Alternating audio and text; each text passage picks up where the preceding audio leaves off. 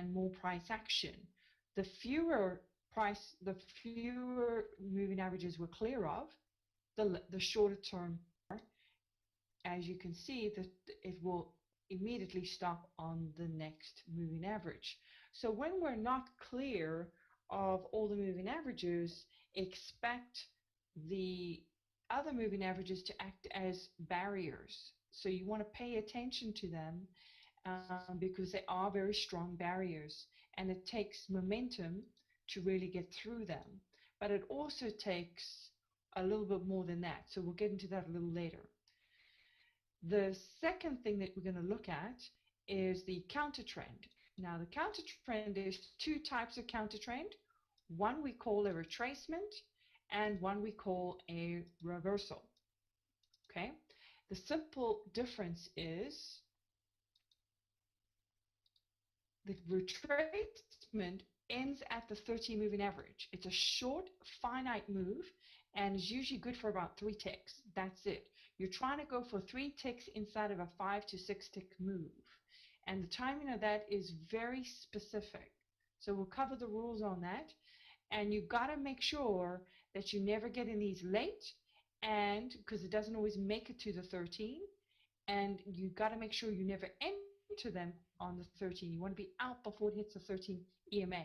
Ideally, you want to get your price, your target filled before you even land on the 13. That's the best way to trade counter trend retracements. And we call that a gap trade because we're really closing the divergence that is created by the previous trend trade. As you can see, when the price moves away from the 13, it creates this divergence.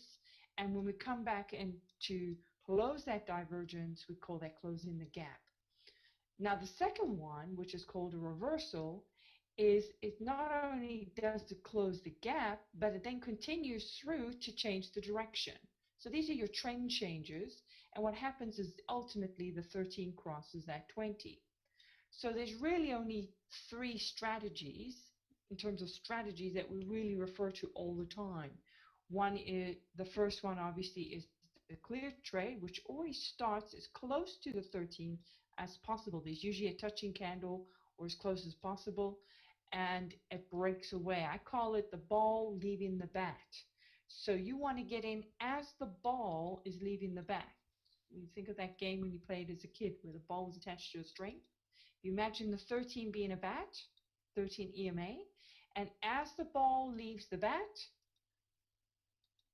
this is the zone you want to enter in, and you trade from point A to point B, and you want to exit at the next barrier, whether it be a fractal, a pivot, or something else. Okay, so like a moving average.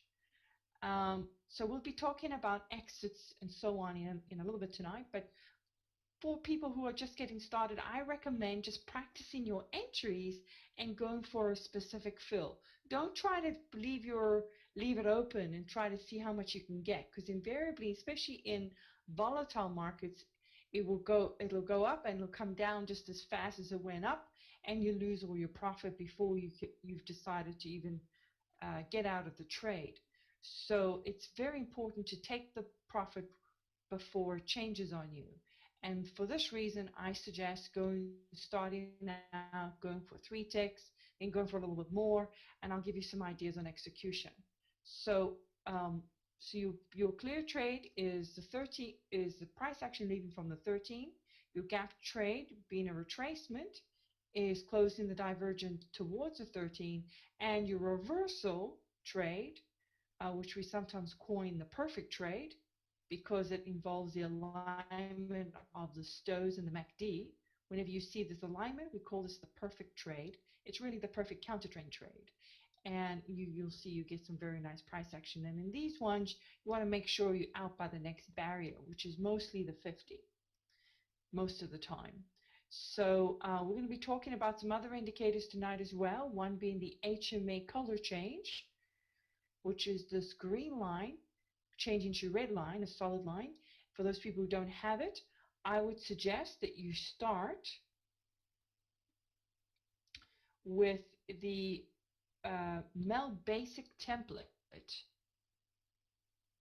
Okay, everyone should start with my Mel Basic template so you don't have too many indicators, right? And then when you have your Mel Basic template, there's the somewhere in here, there's so many now. Mel Basic chart, right? Start with the Mel Basic chart. Then all you do is you go and add the HMA indicator. Make sure you have the latest 7.11, set up 7.11 downloaded from the Shadow Traders members download link on the website. Now, if you go to indicators, and if you don't know how to do this, make sure you go to section 7 in your self-paced course, which is where we put all the updates and upgrades and software, all the info about the indicator and the how to do and the settings and all that. But it's all set for you. The default is all set for you. All you have to do is simply click on it and click new. See, it's alphabetized, so it should be here. Keep going.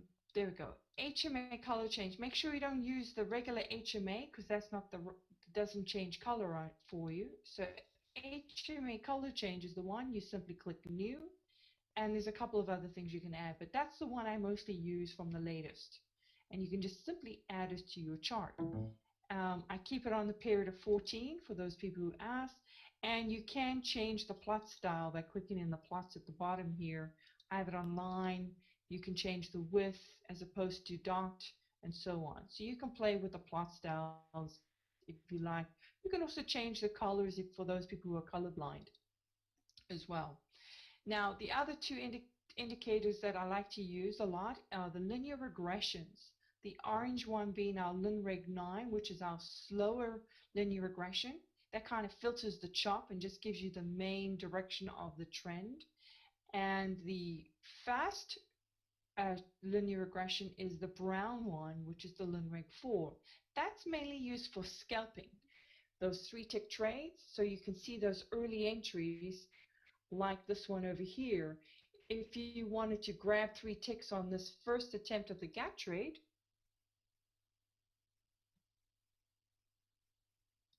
okay, if you wanted to do our gap trade, um, the retracement one, then you would focus on the brown one. So you don't have to have all 3 as I have on my chart.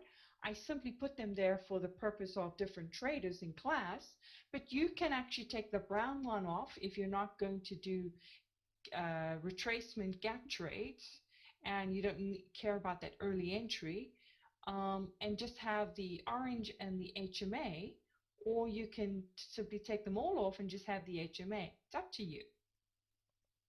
What version of Ninja should we be using? I do run and save prompted at download. I just use the, right now I'm on still on 7.11.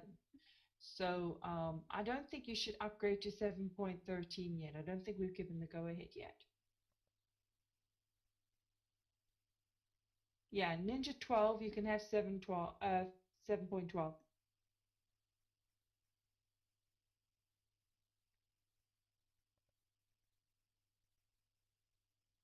Good. All right.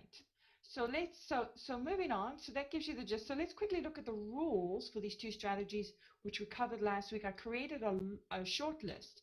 Now, the reason why we need to understand the rules is because the same strategy applies to different time frames. Let me give you an example.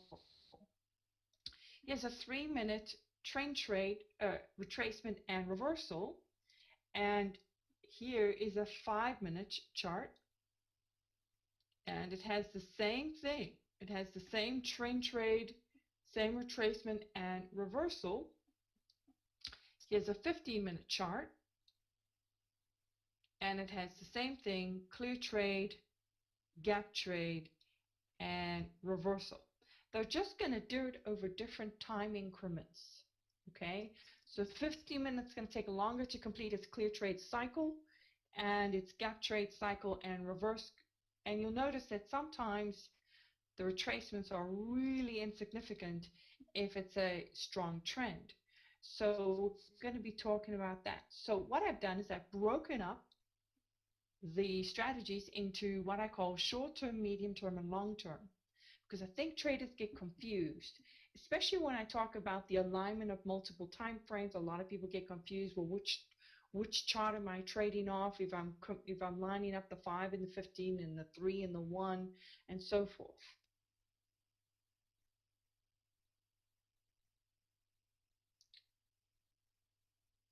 So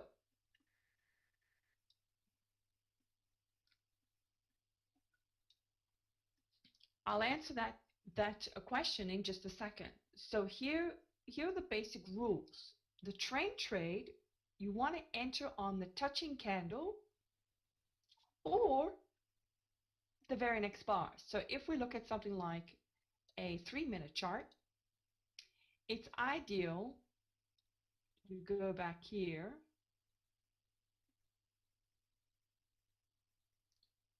you want to catch these, try to catch these touching candles anywhere in that bar. You don't have to wait for it to close or the very next bar.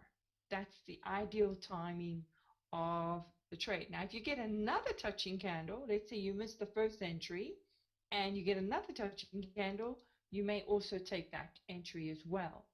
So anytime you get a touching candle, as you can see here on this move up here, you got two touching candles. You can take either of those or the very next bar. So if you get multiple touching candles, it gives you more opportunity to get in.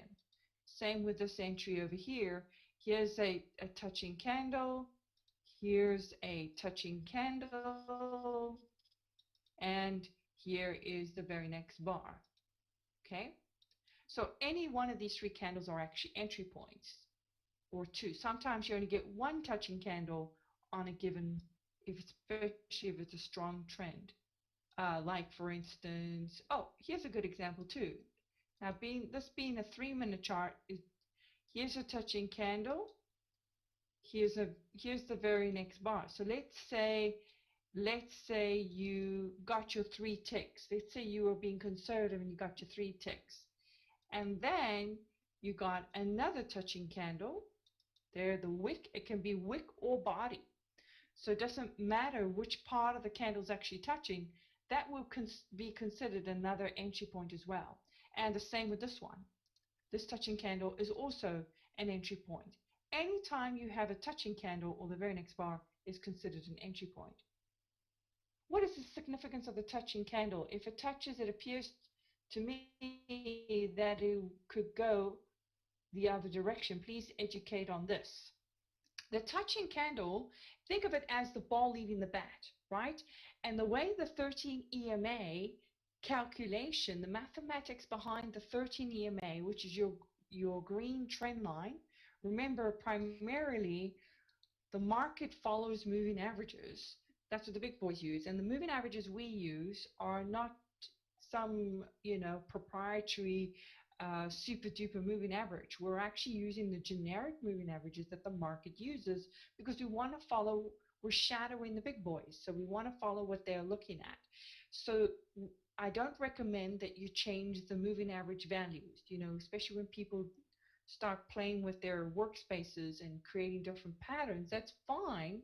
But if you want to really see the true trend changes and evolutions, which is why I don't really like charts like range charts and other charts so much, because they can alter the timing a little bit of those trend changes. So I prefer the minute time frames and different variations of minute time frames because it keeps true to the market moving averages. Now, the 13 EMA, the mathematics behind it is 13 candles of evolution. What is the significance of that? As opposed to a 6 EMA, right? So we don't use 6 EMAs or 8 EMAs. I've heard all kinds of formulas. We use specifically a 13 EMA. And the reason is the 13 candles of evolution, which is the average of that EMA, creates this pattern, creates the candle leaving at a certain time, coming back and closing the gap at a certain time. So these waves that if you look at it as a pattern, okay, are created on certain mathematical timings, certain calculations. So the touching candle is significant of the start of that wave, the start of the cycle. And it only happens on that timing in relation to the 13 EMA calculations. If you used a different EMA value, then you would have a different pattern and a different timing. So we base our strategies on that specific timing, one being the counter trend, one being the clear trade, the trend trade. So the touching candle is the start of that timing of those 13 candle evolutions for the trend trade. And that's your entry point. So as you can see here, every single one. Now remember, this is a 3-minute chart, so there's quite significant price action here. Here's your touching candle. That would be the timing of your entry. To, it's like liftoff. It's either Houston, we have liftoff, or Houston, we have landed. You've only got two things to notice. And when we land, if you're doing a counter trend, you need to be out of a trade. I call that landing on a moon, because if you're trading the gap trade going towards the 13, right? You want to be out at the third. You don't want to be entering on the touching candle, because the direction is the opposite. You're going towards the 13. So let me say this. Let me make the statement. The touching candle is only the touching candle that's going the direction of the 13 in relation to the 20 SMA. So if the 13 is above the 20 SMA, then you're looking for the touching candle that's going long. You're not looking for the touching candle that's going short. So let me clarify that. Okay? This is very important that you don't do the opposite, because you will get HFT'd out of the market. This is where HFTs will catch you. Okay, so here's a touching candle that's red. It's touching the 13, but it's not the right color. It's going short. We're looking for, if we're going with the trend, we're looking for the touching candle that's going the direction of the 13 in relation to the 20 SMA. So the 13 is above the 20 SMA, then we're looking for something long. We're looking for a green touching candle. If the 13 is below the 20 SMA, then we're not looking for a green touching candle. You do not want to enter on a green touching candle. No, no, no. You want to enter on the red touching candle. Why? Because you never know when the price action is going to go all the way through.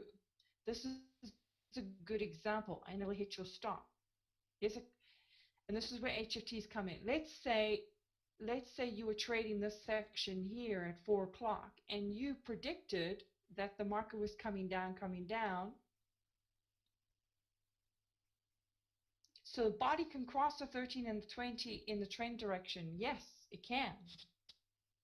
Let's say you were trying to enter on a touching candle here coming to the 13. You were anticipating the bounce, and you were parking your order. What happens is you never know if it's going to bounce. You see, like here, bounce right away. Here, price action didn't even touch, and then it bounced. But there's so many variations, you don't know what it's going to do. So you have to wait for the ball to actually leave the bat to say, okay, we're ready to go. Let's jump in and go for the ride. What about the green candle at 7:13? Cannot see it anymore for the exact time frame.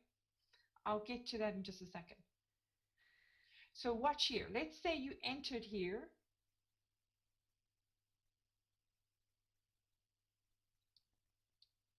Here, I'll space this out so you can really see this. Let's say you're coming down anticipating you're gonna enter on this touching candle, right? Now what happens is, let's say this candle was red, because usually it's probably red and then it turns to green. You enter there because you got yourself a touching candle, but you don't really have liftoff yet.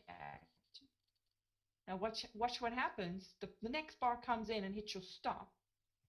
Okay, wherever your stop is, comes down and hits your stop, and you can see some pretty big bars in most markets, and then it takes off.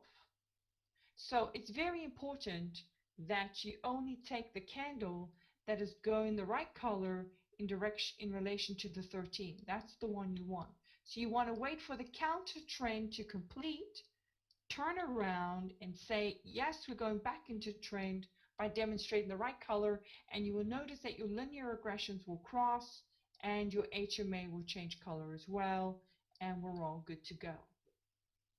Is that clear? What about the green candle at 7:13?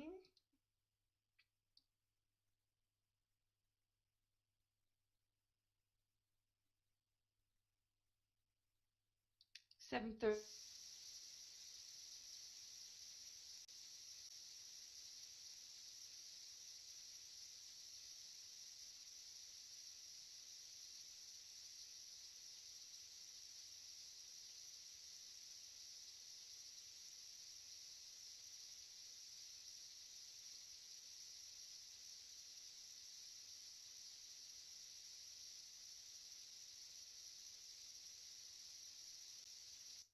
Sound, sound, sound. Do we have a sound? Do we have a sound? Do we have a sound?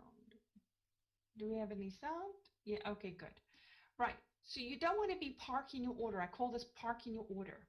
Okay. Do not enter. It's much safer to know when we're ready to go, because you can, you see, especially, and I'm using a 3-minute chart, so it's filtered a lot of the noise. So let me show you. I'm going to change this to a 1-minute chart for you so you can really understand this analysis. It's very important that you understand this in terms of timing.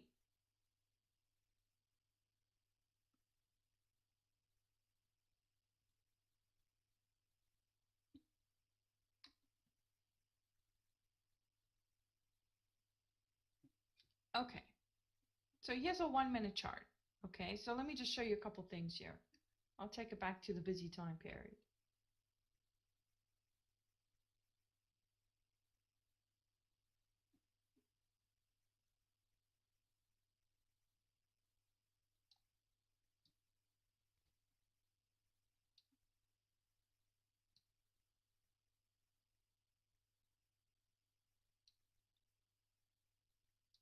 Okay, a lot of times you can get situations like this. Okay, where the candle can come down to touch, the next candle can go lower, it can go sideways, and then we only have liftoff.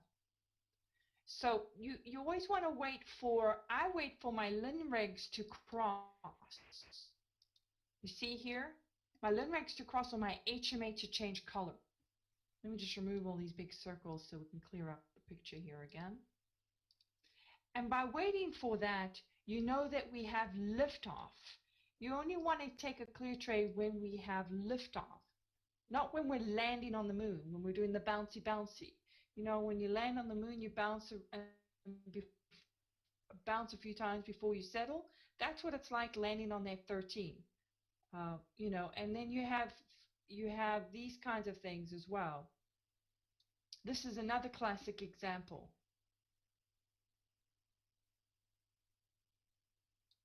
See, if you don't wait for the HMA to be the right color or your Linrex cross, here's a classic example where the green candle came and touched, the red candle starts, right? Then we go green again, and the price action doesn't really take off until the Linrex actually cross in the HMA. So this is where you want to trade. You don't want to trade in this mess. So I always try to tell people, wait for your Linrex to cross, never trade inside of that HMA, trying to go short, because you want to think of that HMA as a barrier. You want to think of that as a new support point, just like your pivots. So if the candles are inside of it, think of it as a barrier. You're going to have a ping pong situation, and that's going to be very stressful. Look, that's a whole 5 minutes that you're sitting in the trade, biting your nails, wondering, is the market going to reverse on you, or is it actually going to come back down? And that's a very stressful situation. So to eliminate that stress, just simply wait for the Linrex to really clearly cross. You can see there's no crossing of the Linrex here. To really cross, or that HMA to change color, you got a time to get in on your trade over there. Okay. All right. So moving on. I'm going to go through this really quickly here. Oops, wrong box. Here we go. So enter the touching can. 13 EMA needs to have 15 degrees or more in trajectory. You never want to enter on a flat 13 EMA. So let's take this example here. Can you see that the 13 EMA is flat here? So this touching candle would not be a good one to jump in on, nor this one, right? And in this case, the 13 hasn't crossed the 20. You want to be careful of these. Never do a trend trade unless the 13's actually crossed. That's another mistake that traders make. They go, well, I had a touching candle, so they say touching candle the very next bar, and they enter, but you can't go short because the 13 hasn't crossed. Remember, it's always the 13 in relation to the 20. So for the 13 to dictate a downtrend, it has to have crossed that 20. So we're only trend trading between the 13 and 20 crosses. So once it's crossed, we are officially in a trend trade. Up until that cross, we are in a gap trade. It's very important that you distinguish the two strategies and know what rules that need to be applied um, in relation to the timing of that 13 EMA. So if the 13 has not crossed it before we cross the border, we are in a counter trend. And that means you need to be out of the 13. You do not need to be entering at the 13. So from the point across, from south of the border, we're now in trend trade mode. And the trend trade rules apply for entry and exit. So now you're entering here and you're trading the trend. Okay? Over here, you're trading the gap trade. Okay? You're not entering on this candle because the 13 has not crossed. And that keeps you out of this whipsaw nonsense. Is that clear?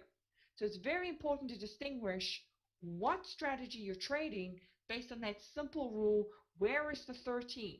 One thing I always tell people, always look at the 13 first before you look at candles, Linregs, HMA, Stows, MACD. Look at the 13 first and define what the 13 is doing.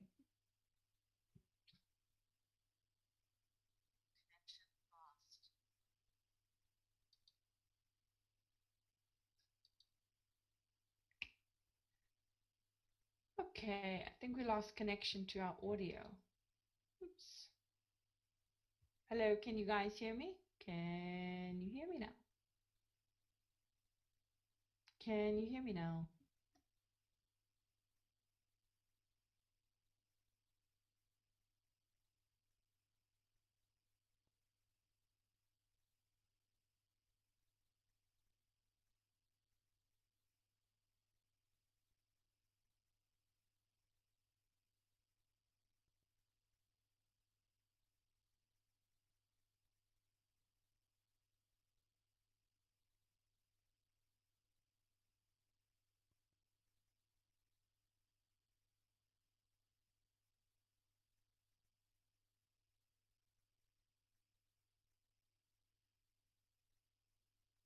Can you hear me now? Okay, we're back again. Sorry about that. All right, hopefully by next week we'll have this in and out problem sorted. It's just unfortunate that I'm teaching the class at the hours that I do because the internet companies do kinds of crazy things at these hours. Anyways, somebody asked, what's this change in color line? Remember, we're talking about the HMA color change, right? The HMA color change. Go to section 7 and read up on it in your self-paced course.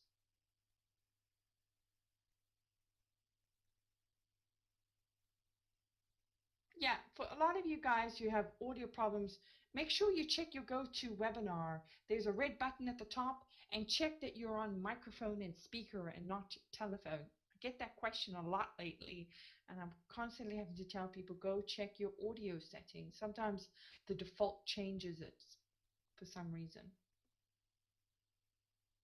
It's not changing color on yours, and that's because you clicked on the HMA versus the HMA color change. I just showed that at the beginning of the class, but you obviously missed that. You probably came in a little late. Okay, so when you scroll up here, you have HMA versus HMA color change. So go and select HMA color change versus HMA.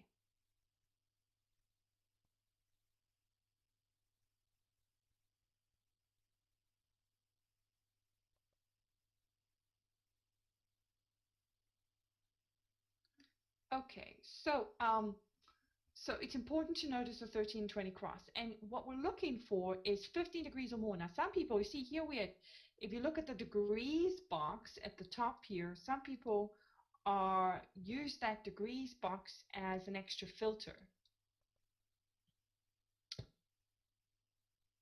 So sometimes some people will use it at 25 and then they'll enter versus 15.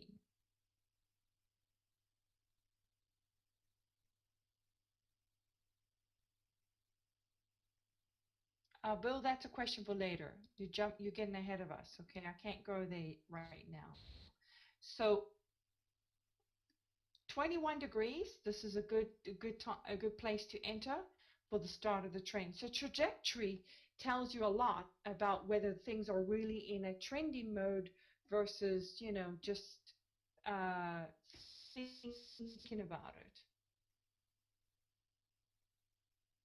What causes there to be two HMA color chains when they appear to be trading live? Just refresh your chart. When that happens, just refresh your chart.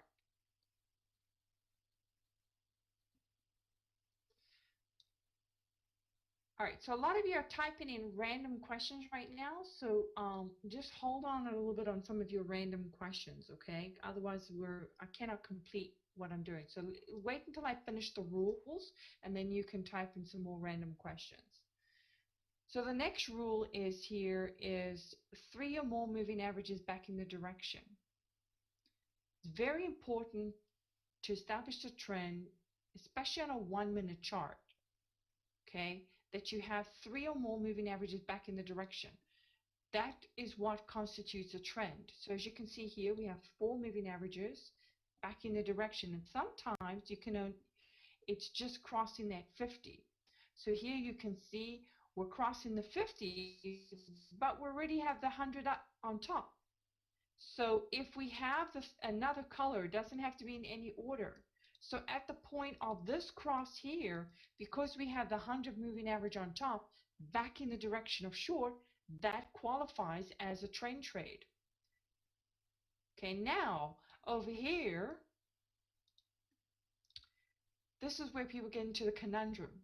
Okay, when it's been previously closing out or petering out from a previous trend, as you can see coming down here, and it's trying to reverse and change direction, up until we cross that 50, where the 13 crosses that 50, we are not in a trend trade. Please, I have to establish this. If you don't understand this principle, you will get caught, because what happens is the momentum from the trend coming down, you decide to go counter trend and you think this is the start of the trend. What happens is the minute you get in on a green bar, it goes red on you, and sometimes it can turn around and continue lower. You have to treat this zone very, very cautiously. It only becomes a trend when that 13 actually starts to cross. Now in this case, you can enter on the touching candle just before the cross, during the cross, or just after the cross. So let me find you a couple of examples like that, because this is a very important rule to understand, that the trend does not actually start until we cross that 50. See? And you'll notice that a lot of times from the point of the crossing of that 50 moving average, momentum really kicks in and the trend really, see here we kind of tinkering around, bouncing on that 50, and once the 13 looks like it's about to cross, the trend takes off. So up from this point here to the point of cross, we are in a counter trend mode, and we call that a reversal. Now you can trade the counter trend as a gap trade, getting out at the 50. You can trade it like that and then enter when at the point of cross.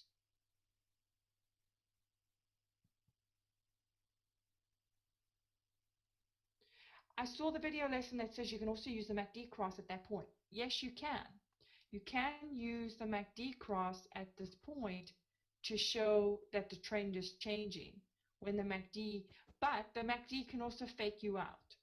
So it's ideal. These are your perfect reversals, right? You can go from a reversal into a trend. Remember, what happens on reversals is that we have a marriage between the counter trend and the trend. It's a perfect marriage between the two.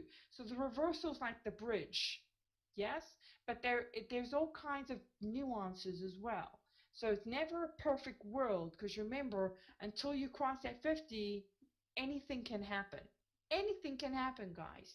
So you want to be cautious there. There's no guarantee with a MACD cross, right? You can get absolutely faked out. So you want to pay attention to other things to confirm the reversal is going to continue. And I usually refer to more than one time frame, which we'll get into next, to establish that. So let me show you. Here's a classic. Perfect example. Let's take a look at this one. Here's a MACD cross. Here's a 1320 cross. Can you see the MACD there? There's your MACD cross. Here's your 1320 cross. You look at your stows.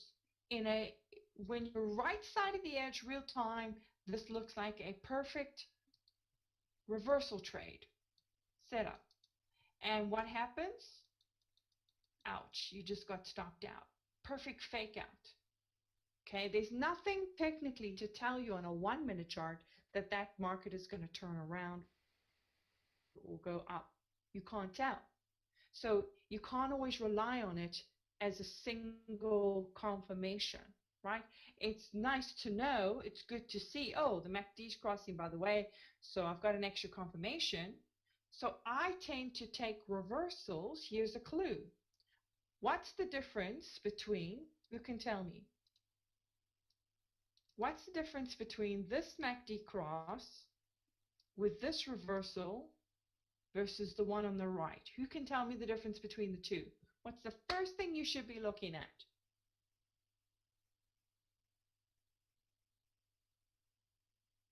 Angle, 13, 13. Trend versus counter trend, good. Moving averages, good. So all those who said moving averages, trend versus counter trend, you get yourself a chocolate chip cookie. Good job. So it's not the angle, okay? An angle is a factor, but it's not the most important thing.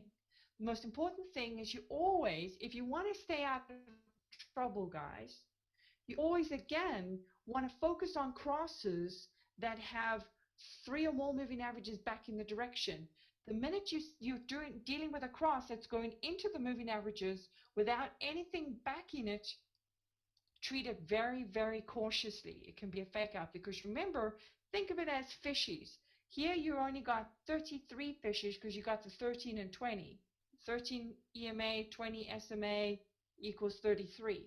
So think of it, now you're trying to swim with 33 fishies going upstream against the other fishies. You got 150 fishies here still swimming downstream. Who do you think is going to win the swim? Obviously the others. So you need a lot more than 33 fishies to have a guaranteed probability. So I try to choose the crosses. If I'm going to take a MACD cross and a 13 cross, I try to take them with at least 3 or more moving averages back in the direction. And then I know my probability factor just increased. Welcome to Chicago. Okay, so that's a huge clue. You got to train your eye to look for that because too many times people are looking at candles and they don't notice that. They don't notice that. You see these crosses here where you got 3 or more moving averages, those are the ones I take, right? Now, it's not to say that you're not, every now and again, you're not going to have a nice reversal going to the 50. Some of them are hot and some of them are not.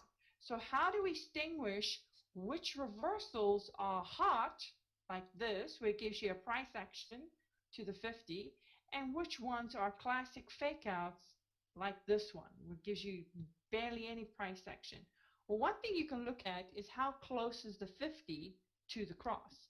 If it's too close, too tight, chances are you're not going to get a lot of price action. But the other thing is my very next point. The last thing to confirm a trend is make sure you have 2 or more time frames in sync, what I call matchy-matchy. So now if we look at a 1 minute and let's look at a 5 minute. I'm going to move through this very quickly here.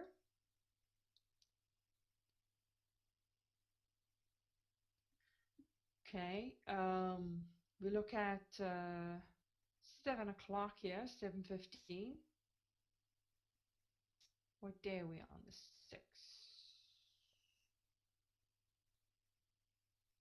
Okay, so we look at 7:15 on the 5-minute chart and 7:15 on the 1-minute chart, side by side. What do you see? Can you see now the 5-minute has established the trend direction with its cross, right? So let me say one more thing about the 3 moving averages rule. The 3 moving average rule back in the direction really mainly pertains to the 1-minute chart. When I talk about medium time frames, and the medium time frames I refer to are the 3-minute and the 5-minute. So let's just clarify what's short term, medium term, and long term. So your long term will be your 15-minute chart, your medium term will be your 5 and your 3, and your short term will be your 1-minute chart. So the thing about a medium term and a long term, it doesn't always need 3 moving averages to give you a nice trend in price action. Because as you can see here, at 7 o'clock, the price action crossed down as a reversal trade. See, there's only 2 moving averages there. So that's a reversal. It's not a trend trade, it's a reversal per the rule. However, if you look at 7 o'clock here, we've got the 3 moving averages on the 1-minute chart. So it's actually a trend trade. So the 3 moving averages don't need to apply on a medium term or long term to be constituted as a trend. Constitutes as a trend. But be careful of the gap trade. Okay, all it needs is a 13 and 20 to cross. Then you know you're in the trend. So now we look at this cross over here on the 1-minute chart. Can you see this cross here? What do you see on the 5-minute chart? It's nothing more than a retracement, a single candle retracement. So again, the rule is look at the 13 in relation to the 20 to tell you what's going on. Always look at the 13 in relation to the 20 SMA to tell you what's going on and where the probability lies for your price action. And if you look at the 5-minute, I always say the higher time frame is the driver. It's the map. It's the ship that's already set its course. The 1-minute time frame is just showing you what's going on inside the 5-minute, or it's showing you what's the price action up close. So you get all kinds of whipsaw on a 1-minute chart. It's really good for scalping. It's not good for observing the trend. The only other thing that we like about the 1-minute is it helps you to get in at the high of the bar versus the low of the bar. So if I wanted to catch this red candle here at the top of the bar versus the low of the bar, a 1-minute chart will get me in very nicely. By locating the touching candle or the very next bar will help me to catch that timing. So it's the timing of entry that we use on the 1-minute chart and the scalping for strategy. But we use the higher time frame to observe the direction of the trend, and the way we do that is locate the 13 in relation to 20. So as you can see here, this 13 was never going to continue because of this 13 moving average nicely diverge from the 20 SMA. Can you see the divergence here? That strong angle? There's no way this market's going to go up here. So technically you can be fooled on a 1-minute chart. Is that clear? And that's the nice thing about having 2 time frames. And that's what will help you to distinguish what's going to be a good reversal versus a not so good reversal. So for the medium and long-term trade, we still have to have a touching candle. Yes, if you're using the entry point of a 5-minute chart, which I'm going to be discussing next, you would use the medium and long-term touching candle. That will be your entry point. Now, it's not to say you can't scalp the high of the bar to the low of the bar or the next bars. You can trade here as well. You can trade those candles, but you would need to use the 1-minute to get your timing right. So you would have a 1 and a 5 next to each other to get that timing right. Great points. Excellent. All right, so moving on really quick here. I'm not going to go too much into counter trading tonight because I've got some other things I want to talk about.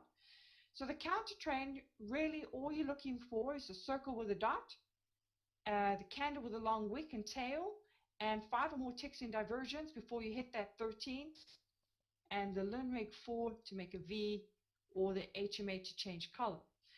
Now, let me just clarify those points for you, because you can use these rules on reversals or retracements. So if you're looking at a nice gap trade opportunity, let's see where I can find a good retracement and a good reversal. Okay, here's a good example. 9 o'clock versus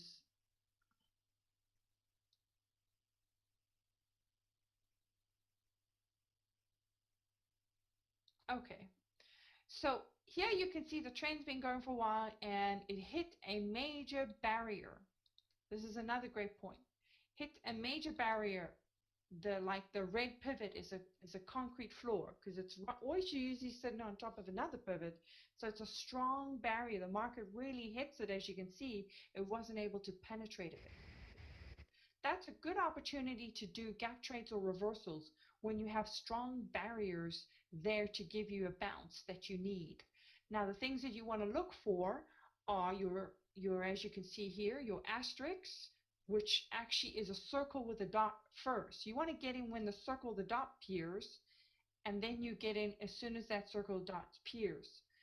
Don't wait for the asterisks if you can help it, right? Sometimes it's good, sometimes it's not.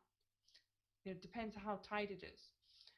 The other thing you're looking for is the brown rig to make a nice V. And you'll notice that you have a wick or a tail that'll appear. So you'll be entering somewhere here, and you want to get your 3 ticks before you hit the 13. You're trading that divergence. So there must be 5 or more ticks. You wouldn't trade here because there's not 5 or more ticks before you hit the 13. The circle disappears.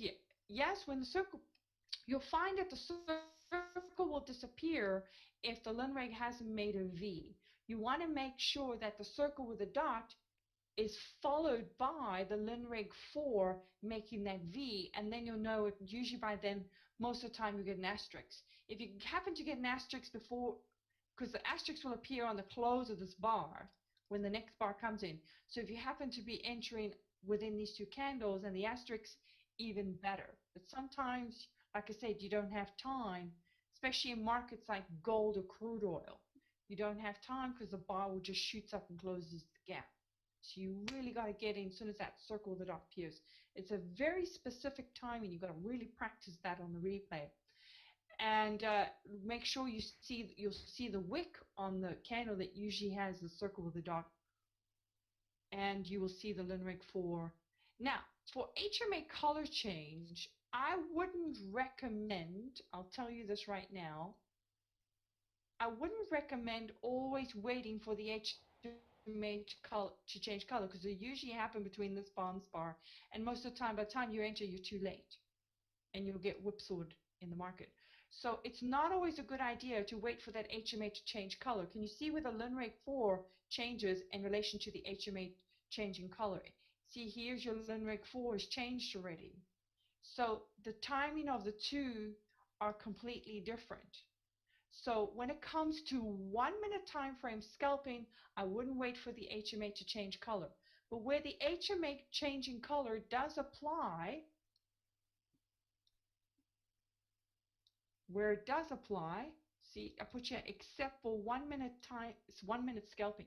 You don't need the HMA, you just need the Lundberg 4 and the circle of the dot. That's all you need in the equation.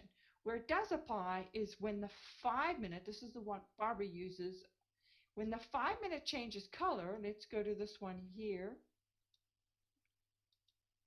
Oops. Okay, when the 5 minute does change color, so here it'll usually change color by this bar here. So we look at 825, we'll go to 825 on our 1 minute chart. You're going to notice that it's going to fall within the reversals. So what the 5 minute HMA color change, or you can use the 3 minute as well.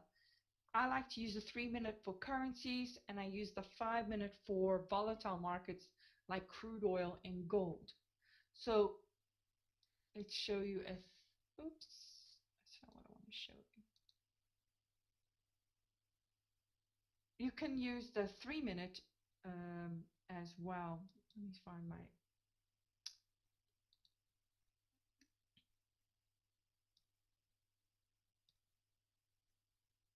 so here you can see 825, and what are we actually trading? The reversal. So that HMA changing color you're using on a medium term to help you with the reversals. So if you want to know if your reversal is going to be pretty good, then you want to wait for that HMA color change. And you always want to enter not on that first candle, but the second candle at the point of color change. So this candle at the color change would count as candle number one. You want to enter on the second candle. Would the HMA 6 help? No. Barbara does not recommend using the 6 because it changes the functionality of the HMA. It becomes a LINRIG. The functionality of the HMA is really properly designed at the period of 14. I figured out why the HMA color change was not working. It was on a default 2 dots. I have changed that. It works perfectly now. Okay, good. Yeah, just change it to line. That's what I use. It looks better as well. You can change the colors to make it stand out from the moving averages. All right, so that's the key thing about counter training. Remember, HMA color change applies to medium term, 3 minute or your 5 minute, and what it really represents is reversals on a 1 minute chart. So you can use the two to help you spot those reversals. And when it comes to scalping trade, you do not need it, the HMA on a 1 minute chart. You simply follow the LINRIG 4 changing, giving you that V. Use a strong barrier to bounce off, and look for the circle the dot for the timing as well. So wait for the V to form on that LINRIG, and make sure you have enough space before you hit your next barrier, which is usually your 13, and steal 3 ticks and get out. It's simply a 3 ticker move. And try not to get in too early in the beginning of the trend. You see here where the 13 crosses down. If you trade these gap trades, they're too tight. They're too close. A lot of times they turn on you very quickly. So wait till the trend has been going for a while and it's hitting the petering out, and that's when the gap trades start to work nicely. The only other exception to that is straight after a news item.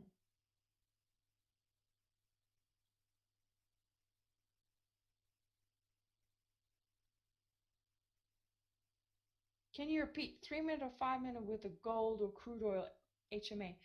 The I use a 3 minute HMA color change timing on currencies, any of the currencies, okay? Because I find that they get you in a little earlier and you need that earliness because the counter trends are not so good.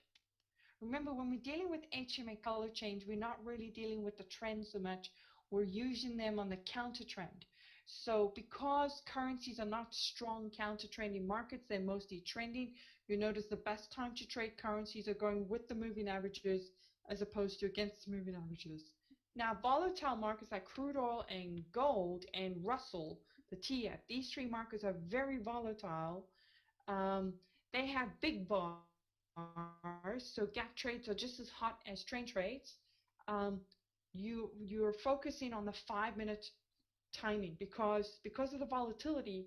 A 3 minute you can get whipsawed. So for volatile markets, use the 5 minute HMA color change timing for entries. Other than that, you're doing scalping on if you're not doing the LINRIG V, the LINRIG 4 making a V on a 1 minute chart, then you're doing the 5 minute HMA color change. It's the only 2 types of counter trends we have. There's only 2 kinds. It's either following the LINRIG 4 making a V for your 1 minute scalping trade, or using the HMA color change, which is for volatile markets is strictly based on the 5 minute chart. And for trendy markets like NG and the currencies, I use a 3 minute chart. Is that clear? 5 minute good for NG, It's okay. I don't like to do the counter trend for NG necessarily. I think you probably could on NG use a 5 minute because its counter trend is not hot. You're only really trading reversals on NG. Remember, when it comes to counter trending, you're either going to decide that you have a hot scalping retracement gap trade or you have a good reversal trade. And Asian currencies, I wouldn't scalp gap trades. I wouldn't waste my time unless it's after a news item. I would only do reversal trades in trendy markets like NG. So therefore, a 5 minute would probably be better for you.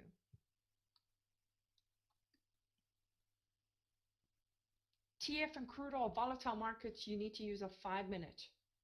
Now, TF and crude oil and gold, you can do very nice retracement gap trades. They're hot, and I do them all the time actually now, especially after a report. Very hot moves, But again, don't wait for the HMA color change. You'll be too late. Check for the circle with a dot. Check the Linreg 4V. Look for something that you can bounce off and jump in crude oil and gold and take your three ticker. All right, so I have to move on because I'm going to run out of time here if I don't. You guys can go over those rules. They're actually in your 10-second flowchart in your members download in the Shadow Traders website.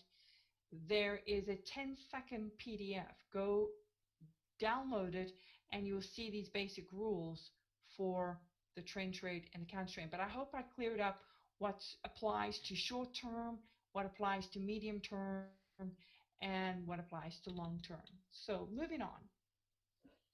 The three tickets for GC crude oil in the 1 minute or the 5 minute. Well, you can do three tickets in a 5 minute chart as well as a 1 minute. You can jump in on a 5 minute gap trade, but then what you're doing is you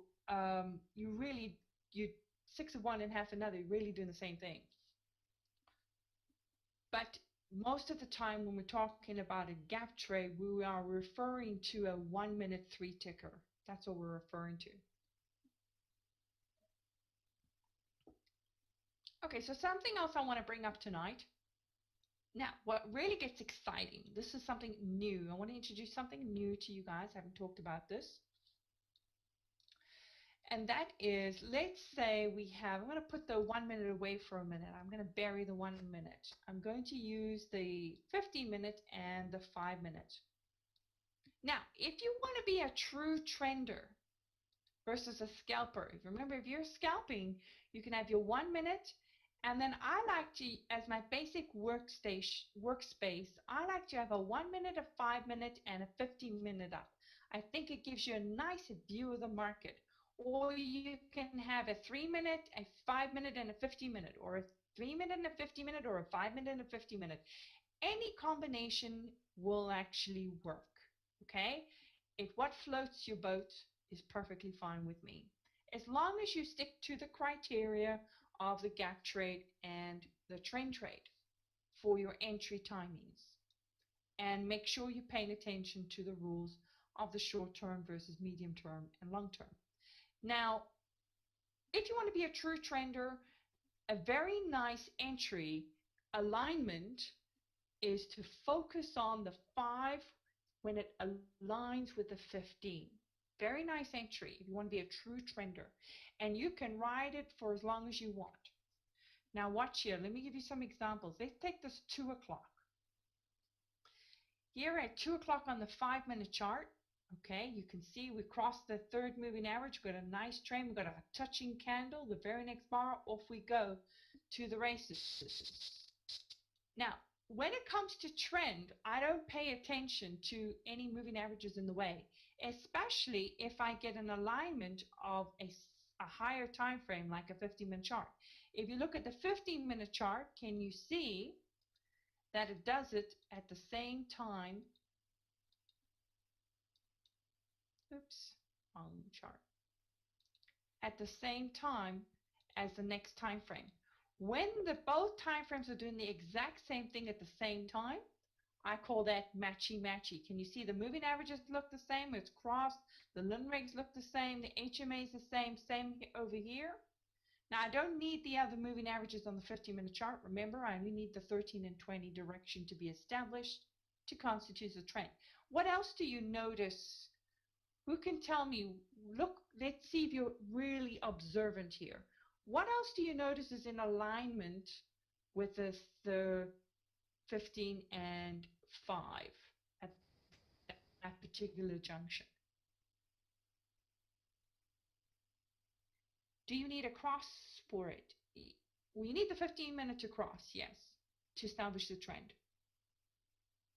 MACD and STOs. Yes, everybody who said the MACD, you get a chocolate chip cookie. Now look over here. Can you see that both the MACD and this MACD are in alignment? They're both going up. Yeah? And ideally what we want is the MACD both being south of the center line. So you can see here, this is just creeping from south of the center line. It was actually below the center line here. You know, or both above.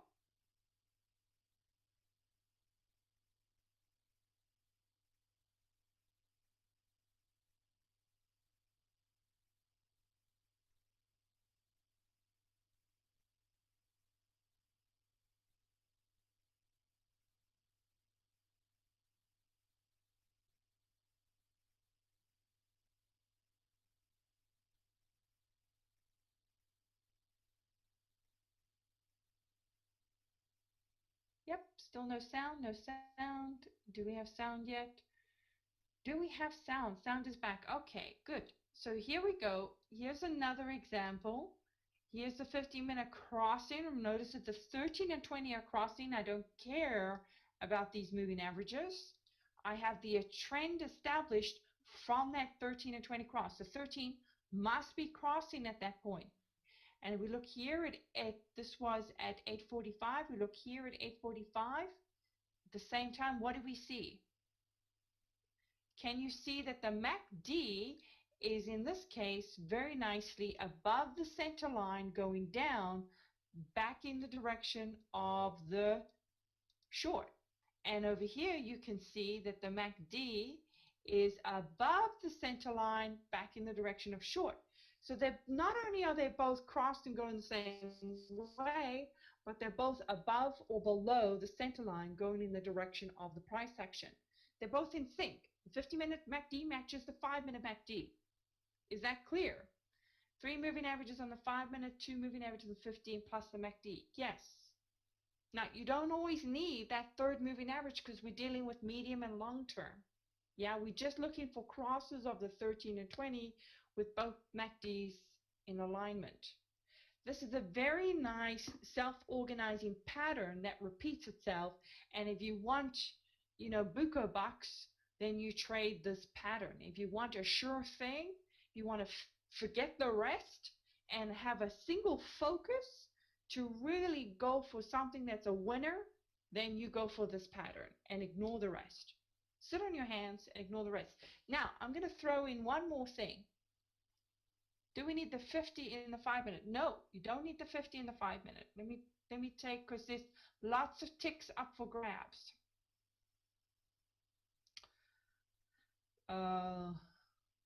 Let's take this one, for instance. Here it's 7 o'clock. No, that's not a good example. Let me find another example. Did you do this on ANG? You can do this on ANG. You can do this on ANG. Now I'm showing you 6C for a very specific reason, because I'm going to introduce another little tip tonight for you in just a second here.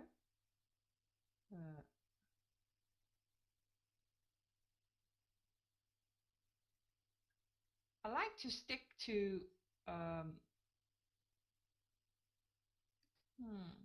what example can I show you? Let's try this one here, this gap trade.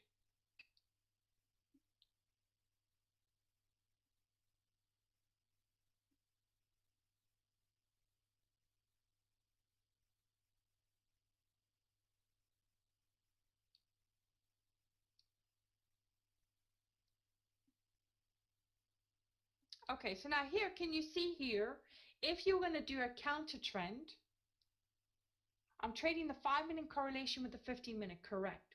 This is a strictly trender's view of the market. This is not scalping, this is not gap trading, this is strictly reversals and trend trades. Now, if you want to do reversals, okay, can you see that the MACD over here is below the center line? Crossing. So technically I could do the reversal strategy by starting with the gap trade. There's my circle with the dot, my HMA changes color. So you wait for the HMA to change color on the 5-minute chart. You enter here and you trade your reversal. And the alignment you're looking for is your 50-minute is also doing a gap trade. You got to have green candles. You got to have that nice V on the 50-minute rig 4. Because what are the gap trade rules? Remember, gap trade rules you would be applying here are circle with a dot, candle with a long wick, 5 or more ticks in divergence, Linreg 4 makes a sharp V. So as long as you have that criteria for the gap trade on the 15-minute, you don't necessarily care about the HMA color change at this point, right? Because if you got that HMA color change on the 5-minute, you're in for the ride. Now notice your MACD hasn't crossed yet on the 15-minute chart on a counter trend. You don't care. You just care that it is below the center line, the same as your 5-minute chart. Is that clear? So sometimes you don't always need that third moving average to answer that question on the 5-minute chart, because you're doing a counter trend, but you do want the 50-minute candles to be green with the Linreg 4 supporting it, and you do want that HMA color change on the 5-minute, and you want both MACDs to be in the same position. You want them to be below the center line if you're going up, or above the center line if you're coming down. You can see here at 2000 hours, let's look at this one here, although that's more of a trend trade. Can you see, soon as that 15-minute, if you look at 2000 hours here, soon as that 15-minute crosses, guess what you have? You have your third moving average on your 5-minute chart. That's gonna happen 99% of the time. So you actually, the cross of the 15 is the trend on the 5, and the gap trade on the 15. This is just a mathematical pattern. The gap trade on the 15, where the 13 hasn't crossed yet, okay, is a reversal on the 5. Remember what I always say? What do I always say, guys? Gap trade on a higher time frame causes a cross on a lower time frame. So you can put a 60 next to a 15-minute. A 60-minute gap is going to cause a cross on a 15. A 15 gap is going to cause a cross on a 5. A 5 gap is going to cause a cross on a 3 or a 1. Everybody got that? And anybody who has any questions, can you all see that correlation? It's very important that you see that. Okay, now I'm going to throw one more exciting thing. Because now what you're going to go and practice, is trading the 5 and the 15 alignment, choosing either reversals,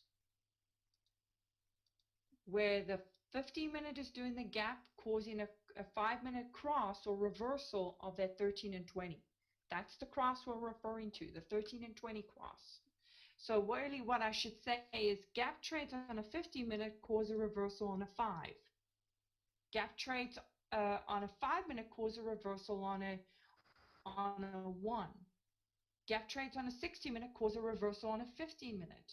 So as long as you have 2 time frames up to observe the trend, you will see the high probability versus the fake out by looking for that correlation. And another great tip is to make sure that the MACDs are in alignment, meaning they're both south of that center line, yeah, or north of that center line. As you can see on this trade here, this one here versus this one and this one, you can see over here they're north of the center line. This is both south of the center line. Can you see the correlation? So we're lining up the self-organizing pattern of the 5 and the 15-minute chart. Now, if you guys want a different market to trade, look, you can get going right away. And here, if you look for this pattern, I've got something really exciting to show you. Let's do this. I'm going to scrunch this chart up a little bit. Let's take it to, actually, let me just move it aside for a second so I can spot the time. Now, if you want to get introduced to Forex markets, and we're going to be introducing you more and more to Forex markets over the next coming week. Here's a nice correlation to trade. That is the Canada, the 6C for Canada currency versus the USD Canada pair. Okay, the Forex pair. Now, the only Canada market you're going to have in Forex is the USD CAD, right? That's correlating with the 6C. Now, the nice thing about this particular market in the Forex is that it's inverse, means it goes exactly opposite. So let's look at this nice move here at 10:30 today. Can you see here at 10:30 we had a nice trend trade there, and the 15-minute was also coming down with a nice little reversal trade. Okay, gap trade. Now, if you go to 10:30 on, I'm going to do this.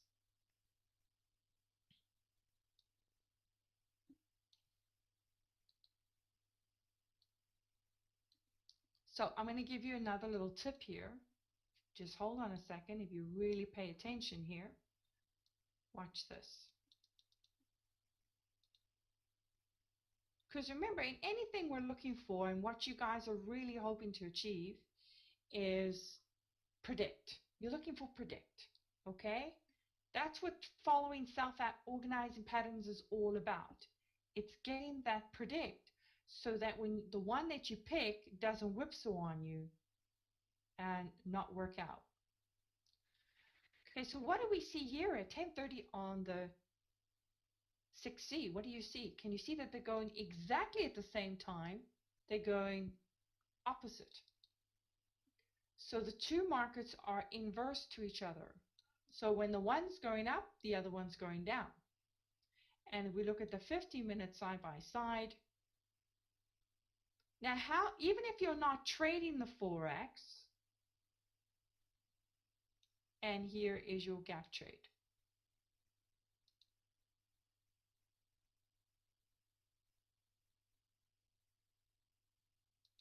You haven't found a good market to trade at night? Try trading gold. If you got in on the cross on the 15-minute, would you be getting in too late on the trend according to the 5-minute, since the 5-minute may be far from the 13-year May? That's a good question. I'll come to that in just a second. So why am I showing you this correlation? Because let's say you're not sure if something's really going to happen. You're not sure if the big move that you're hoping for is really going to happen. And what you notice is that if you have a correlating market up, now to get the Forex market, you're going to have to get kinetic data feed. And you can run kinetic data feed and CQG at the same time. If you see that even if you have just these two charts up, if you see that they're both doing the same thing, completely opposite, you could still catch those second bars in one market. You don't have to trade them both, or you could trade them both and get your $200 in one move, as opposed to trying to get two moves in one market. You get filled faster. Does this work only on USD Canada, or does it work with other currency pairs? No, only in USD Canada. The other currency pairs are gonna go the same way. Okay, Australian dollar, the euro, and the EU, the New Zealand dollar are going to be all going the same way.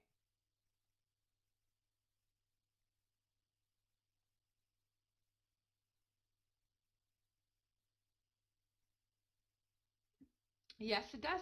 Well, basically, what it's telling you is that you have an opportunity to trade both markets, and let's say let's say you see the first candle and you're not sure if you want to catch the second candle or not, if it's really going to do what you think it is.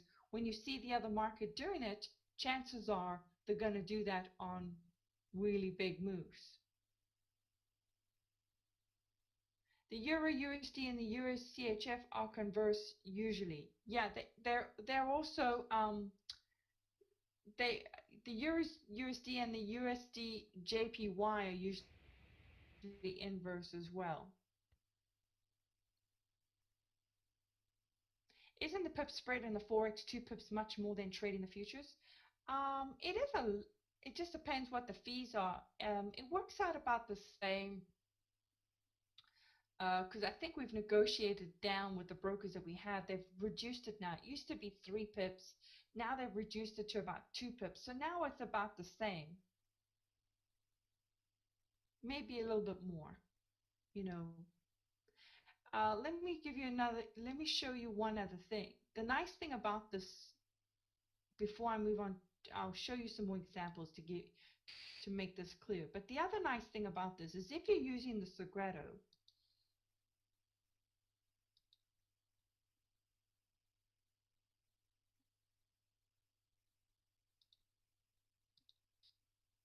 okay, if you're using the Segredo, you can see here the 1030 move. The same correlation is going to occur.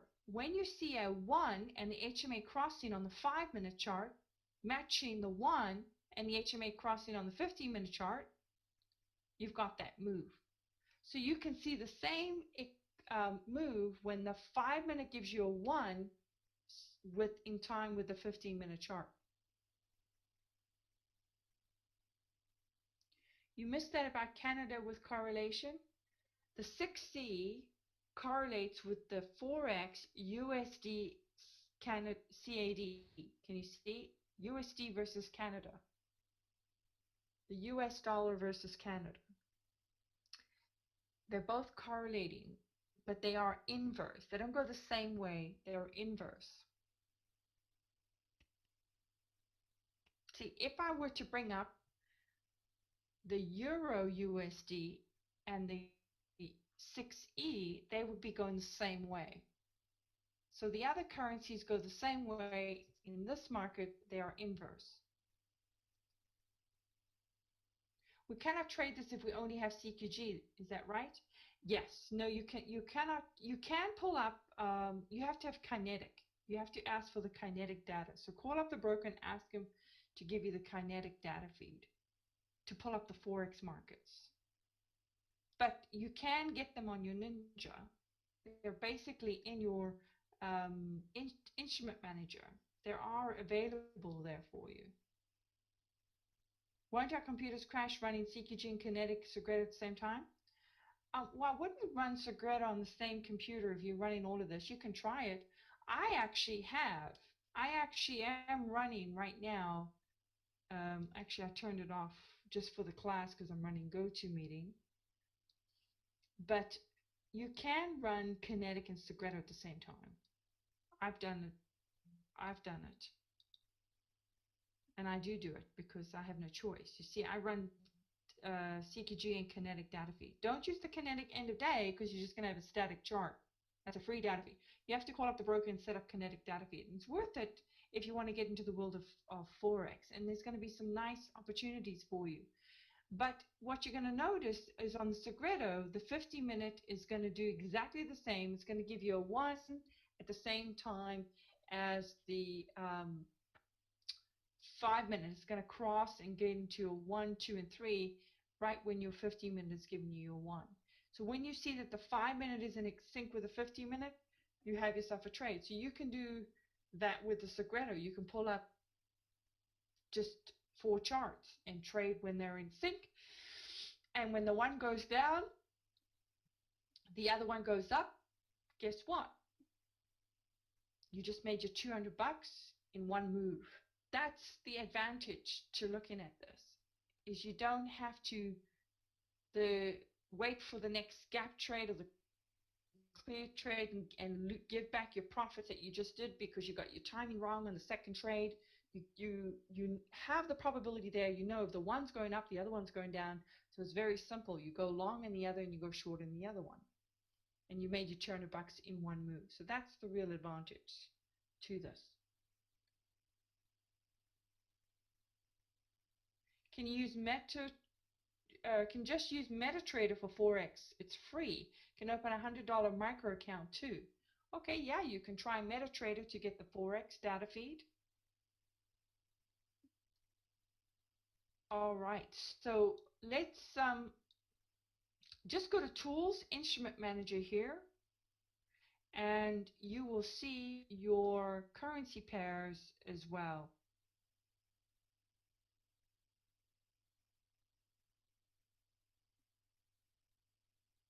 You will see them in here. Here's your euro with the Australian dollar, euro with the Canada.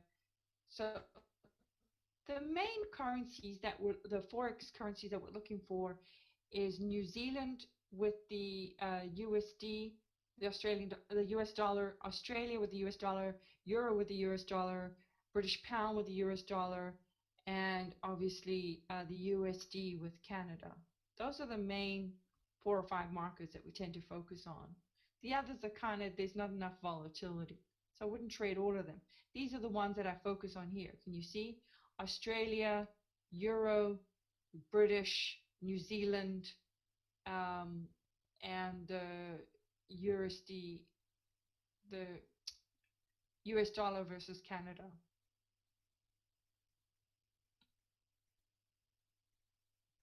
Now, the Swiss franc, I wouldn't worry too much about.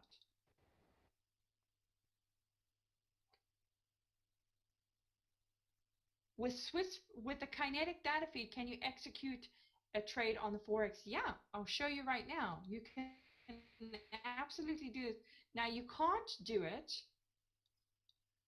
Where do I have something open? Oh, no. Sorry. You Let me show you this really quick. I will go ahead and connect. Now you can't do it on the dome though. If you want to execute on your Forex side, you want to use your chart trader. So I'll go ahead and connect. Obviously there probably won't be anything to trade right now, but I'll show you. Why not just double the contracts on either the Kinetic or the Ninja rather than the 2 different opposite charts? Well, yes, why not? But remember, I always like to divide and conquer because at the end of the day, and what's nice about you can have you can have both markets up and just trade one with double the contracts. You can absolutely do that. But the reason why I like it so much is because it helps me to see the obvious. That's what we're looking for. Okay, so look here, we're going short. If you pull up your chart trader by clicking the fifth icon in here, uh, let's do sell on the asking price here. Sorry, it's all loading here for a second.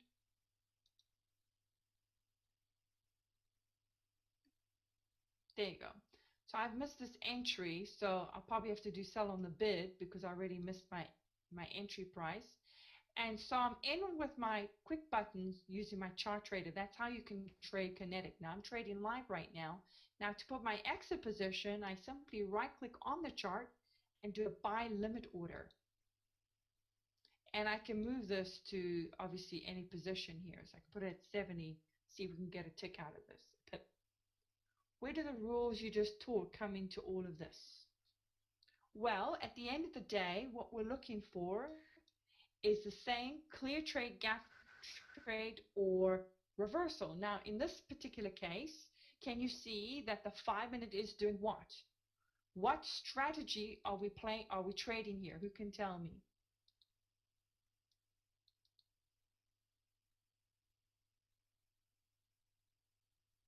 So Kinetic is your broker for Forex. Well, Kinetic's not the broker. Kinetic's the data feed.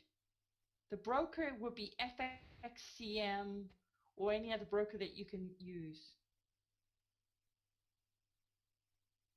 Euro JPY sometimes moves at this time. Yeah, you can trade the euro in the evening with the euro JPY. So what strategy are we trading? We're trading a reversal trade. So remember, at the end of the day, whenever we're looking for probability factor on any given chart, we're looking for these rules. We want to know, there we just got our little pip here. We want to know what strategy we're trading. We're not just trading red and green candles. It's very important that you know what strategy, because you got to know if it's a good timing, the entry that you're taking, and where your exit should be. Because if you're doing a scalping trade, then you need to be out by the 13. If you're doing a trend trade, then you know this is not a real trend trade. This could bounce at the 50. You got to always look at, notice I only went for a pip here, because what do you see on these two charts right now? What do you see? You see the 50 moving average, there's a maroon fractal there, but what do you see on your 15-minute chart? You see the support of the 20, the support of the 13. We just completed the gap trade. Remember, the gap trade's called the cross. So we caught the tail end of the reversal. If we wanted to catch the whole reversal and actually do the proper reversal strategy, then we really are trading the gap trade on the 15-minute chart. So what we're looking for is a circle with a dot, the Linreg 4, there's the long wick, there's the circle with a dot that becomes an asterisk, there's the nice V. So we're entering somewhere here, so that's helping us to give us our timing for our reversal. It's all about timing. And if you don't know what strategy you're trading on any given point, you miss the timing. You're not trading red and green candles. You're trading either a gap trade or a reversal or a clear trade.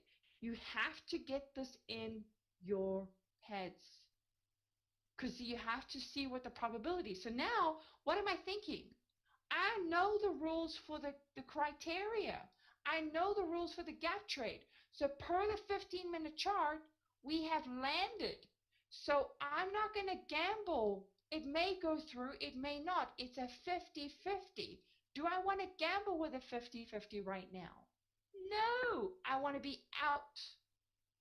That's how it applies. Is that clear? If it was a gap on the 50-minute, didn't you have 5 ticks to the 13? Of course you had 5 ticks. Well, where we are. It's actually, the gap started up here. 80 to 73. We had 5 ticks. And most of the time, you'll see when it's at this point, where it's the end of the trend, it'll squeeze through the 13 and you'll go to that 20 before it bounces.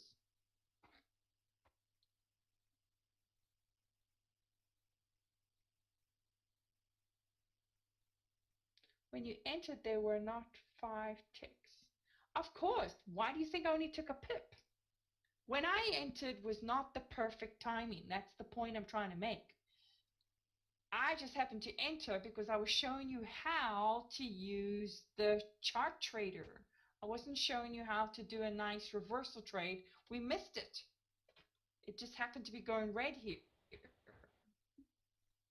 Okay, we missed it. Now this could reverse. Looks like it's trying to reverse, and in which case I will have a trend trade strategy come in. So this 13 will get closer to this 50, cross, and then I'll have a nice trend trade opportunity. But I can't confirm it's going to do that until we get to that point. Right now, this could all turn around and go green. Is that clear?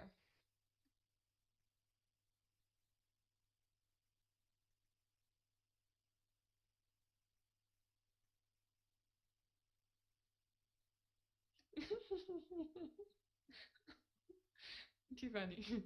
Yes, you still need knucklehead medicine. Yes, I'm saying. See, look, now it's gone green. Just when you guys were thinking, there's the bounce.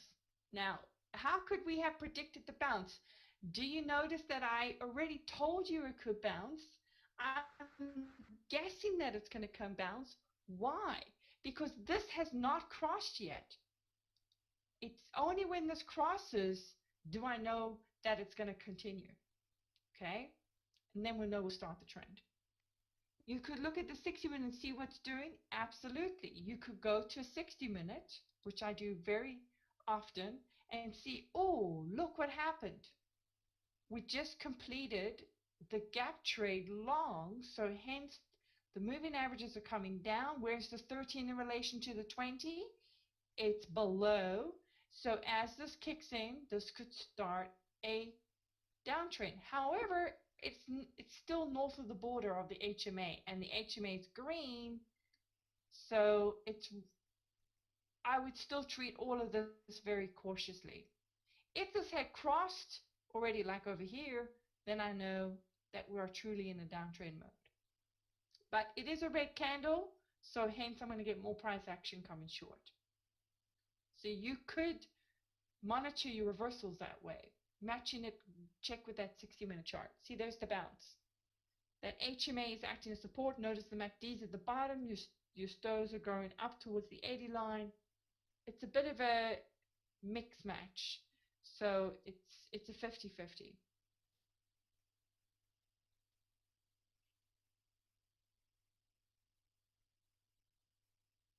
Now, if this was a trend trade, let's go to this here, 10 o'clock in the morning. It's a different story. See, right now we're dealing with a counter trend because the 13 hasn't crossed. So counter trends are wishy-washy. Sometimes they're good, sometimes they're not, and you always have to watch for, has it crossed that 50 yet? Has the 60-minute crossed the HMA, or has the 15-minute crossed that 13 to wait for that start? Right now is no guarantee.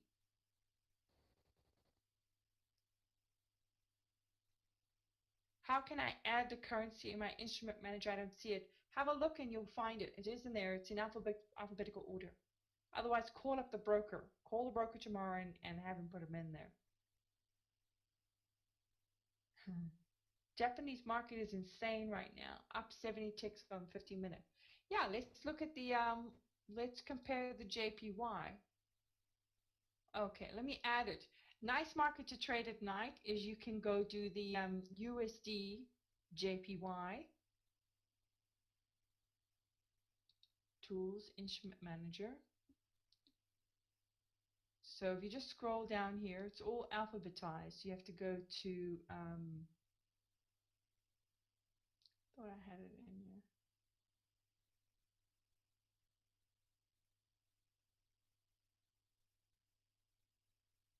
Go to U.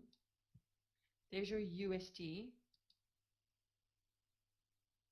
Just click on the arrow that points to the default box. You click on it till it turns blue, and click on the arrow and that points to the default box, and it will add it to your default list. Okay, once it's added it to your default list, now you can click OK, and now you can simply change your chart. So now if I change this to the Japanese, it's a great market to trade at night, along with the euro currency. And the Australian currency is another great one to trade at night.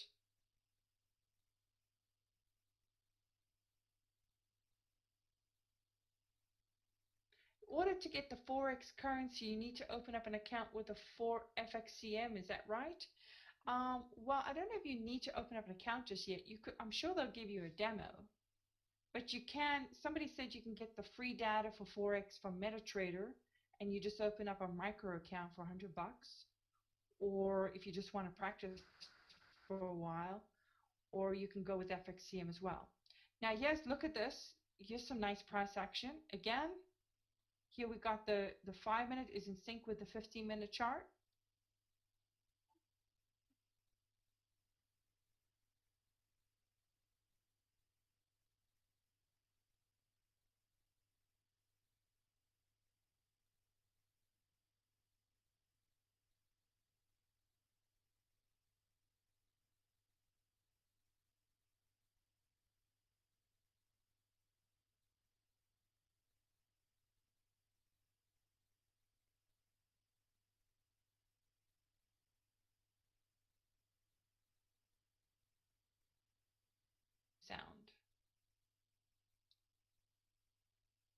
Tell me when the sound comes back. Is there sound? Is there sound? Do we have sound? Okay, good. So the question was, what is the USD JPY versus the 6J? And the answer is the 6J is the futures market, and the USD JPY is the forex version of it, and it always trades in currency pairs. So what you're looking at, one is futures and one is the forex market. But they're both. Let's compare the 6J for a second versus the one I showed you with Canada. The Canada one is going to be inverse. Forex version for 6C is going to be inverse. Now, all the other currencies, the 6J and the Forex version of it are going to be, let me see, are they inverse as well?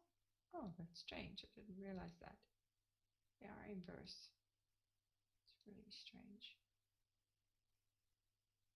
Guess they are. Well, the US, yeah, that's right. I know. Every time you see, when you see this, look here.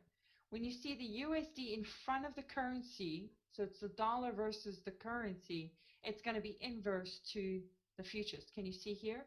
It's completely opposite. So they're inverse to each other. So if you see the future side's going up, you go ahead and put your sell on the ask or sell on the bid, put your order there. So again, with the Forex market, you can use the chart trader, and with the futures market, you can use your dome. Okay? Does one lead the other? You know, you'd have to watch it very closely. You can see like this one is giving you a little bit, futures is going to give you a little bit more price action in a single bar than the Forex side. So you can see as this is going green, this is going red. So let's say here we're going to do a gap trade here on, hypothetically, on 6J.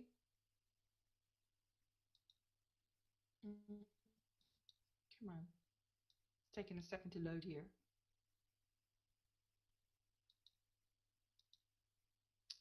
Come on. It's not letting me click away here.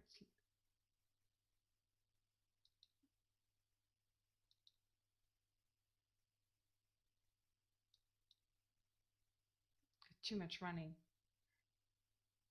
Can I trade a static superdome on the Forex?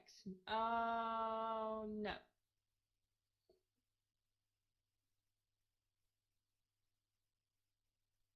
Why can't you use a chart trader for futures? You can. I've always said you can. Have the option of using the dome. Oh, I guess it got me in there. All I'm saying is that you don't have the option of using the dome for Forex. That's all I'm saying.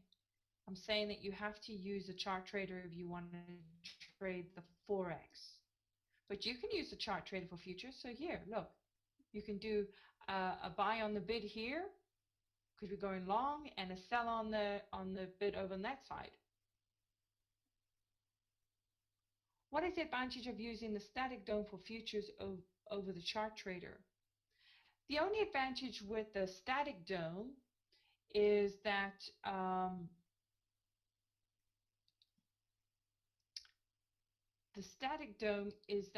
you can use the Ninja special features and have pre-traced. You see how I'm manually putting my orders here? Well, you can do one-click executions with the dome. That's the real advantage. So and I like, sometimes it's nice to have the ladder there. But you see over here, you see here in the ATM strategy, you can pre-save, look, I'm going to go for 3 ticks with a 12-tick stop, and you can do different scaled out exits and different things, and you just do one click and it puts it all there for you. That's the advantage of the dome, which you can't do so much on the, you can do it on the Ninja, you can do it on the chart trader, but some people just like the dome because you've got the, you've got the ladder there that you can see it right there, but there's no difference, really. There's no difference except for you can have different strategies. Yeah, don't never use a dynamic superdome. Never use a dynamic superdome. So now do you see what happens here with a gap trade that's close to the beginning of the trend? Can you see how it turns on you? Which is why I say, especially in trendy markets like currencies, look at the whipsaw here. Why is that whipsaw happening? Because we're doing a counter trend, a gap, right? Without waiting for the HMA to change color. We're on a medium term, not a short term. No HMA color change. And what else do we notice? This is where counter trend traders can look at the cross. Can you see the cross of the 13 and moving average? We're trying to do the first gap trade right close to the cross, and notice that the long wick already came and touched that 13. How do I get the Forex on mirror trade? I don't know. I can't go there yet. You're going to have to call up, send an email to Barbara at shadowsupport@shadowtraders.com. What's the difference between the dynamic and the static superdome? The dynamic superdome, the center column moves, so it bounces all over the place. So it's very hard to get your entry right. The static, it stays static, so it's easy to click and get your entry right. It's worth it to pay that 20 cents to get the static. I'll tell you right now, you cannot execute with the dynamic. If you don't want to pay the 20 cents, then just use the chart trader. So let me just quickly show you this correlation here and why it's so important that you understand which is the point I've been making last week and this week. And this is a very good example that's happening real time right now. I really want you guys to not only understand what's a clear trade, what's a gap trade, what's a reversal trade, right? And how to trade with 2 time frames in sync to choose the one that's high probability. But most importantly, I want you to know what when your gap trade applies to a short term, medium term, and long term. And same with your trend trade. Your trend trade doesn't really matter. Can you see where we entered on a 1 minute 6J? Can you see our entry? So per the criteria, we do this, per the rules, what rule did we just break by the timing of our entry?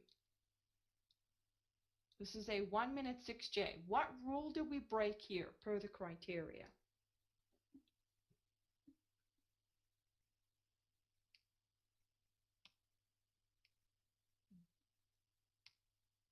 Too close to the 13, below the 13.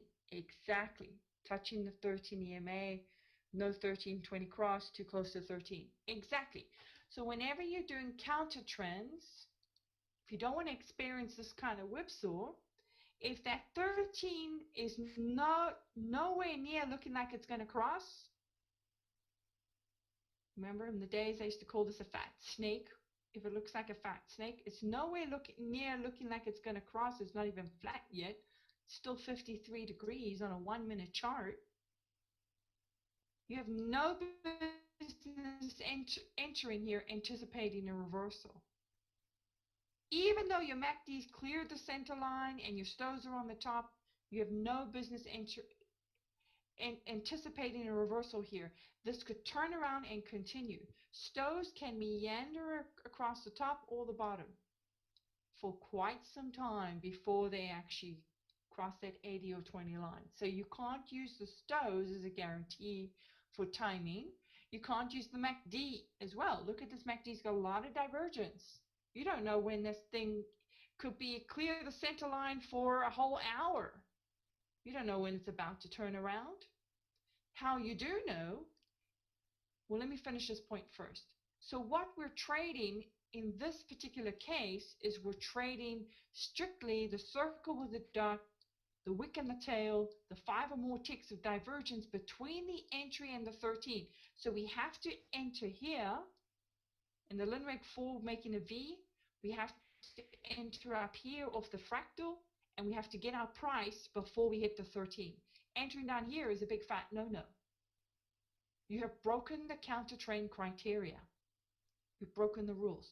If you miss this opportunity to scalp your 3 ticks on the gap trade, then what's your next best option? Remember, whenever you're looking at price action, you always have to say, okay, this just happened. What's my next best option? I've either got the reversal or I've got the trend coming. Because you've only got 3, gap, reversal, or trend. So if the gap completed, what's next? It's either going to give me a trend trade, bounce and go back up, or it's going to give me a reversal. So I have to now wait to see. So you see why entering here on the touching candle that's red is very dangerous to go long, because it could go red again. You don't know. You have to wait for this candle to go green, for the Linregs to cross, before you can say, oh, we're going back into the trend trade. Or if you want to trade the reversal, what do you have to wait for? Now this is where medium term applies. So now we're applying what we just learned. What is the medium term rules? What is the gap trade for medium term? Second red candle, yes. So what is the gap trade for medium term? See how it's going green yet? What is the gap trade rule for medium term? Linreg 4, circle with a dot. Those are factors, but they're not the most important point. Come on now, play the game. What is the gap trade rule for medium term? We've finished the 1 minute counter trend. It's over. Cycle is completed. So now we have to move to medium term. Circle with a dot. No. Reversal, check the higher time, finishing the gap. What is the one rule that I haven't called out? Look at the list. There's one rule left. All the others are highlighted. Good job. All those who said HMA color change, you get a chocolate chip cookie. So the gap trade rule to qualify my reversal on the 1 minute chart is this HMA color change. You cannot anticipate the reversal until this HMA 5 minute changes color. That's the rule.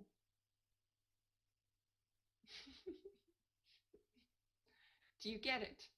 Can you see what's happening now? So even a red candle doesn't qualify.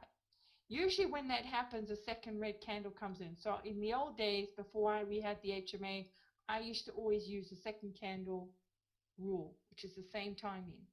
Repeat, please. Okay. So we're trying to look for a move to trade. We're trying to trade something. And right now we're in a counter trend. That's all we're trading right now. The trend, we missed the trend. So we look at a 1 minute chart and we go, well, I just missed the gap trade. So what's next? Well, I have 2 options. Either these candles are going to go green and bounce with the 13 and go long and do a trend trade, or it's going to go down further. The 13 is going to cross and I'm going to have a reversal trade. Okay, but I can't know which one it's going to do. See now, look at this. The Linregs are crossing. Now we've got the green. So this is your touching candle as close as possible. So it could have done now it's doing a trend trade. So you can't anticipate this cross. You can't anticipate that it's going to reverse. The only way you can know that it's going to reverse is when the 5 minute confirms. And the 5 minute will confirm the reversal with the 5 minute HMA color change. That is the indicator that we use to confirm that this market is going to reverse. You cannot say that the 1 minute 13 is going to cross and be a reversal strategy for you to trade, which is the only thing next left to trade, until the 5 minute HMA confirms by changing color from red to green. For the trend trade, still have to wait for the second green candle for confirmation. Yes. Now, in these cases where you can see, I would wait for the HMA to change color. Can you use 2 or 3 minute charts? I would, yeah, I have traders who use 2 minute charts, but I would prefer the 3 minute chart. 3 minute chart, 1, 3, or 5. So instead of a 5, you can use a 3. Now let's look at a 3 minute chart and see what this looks like.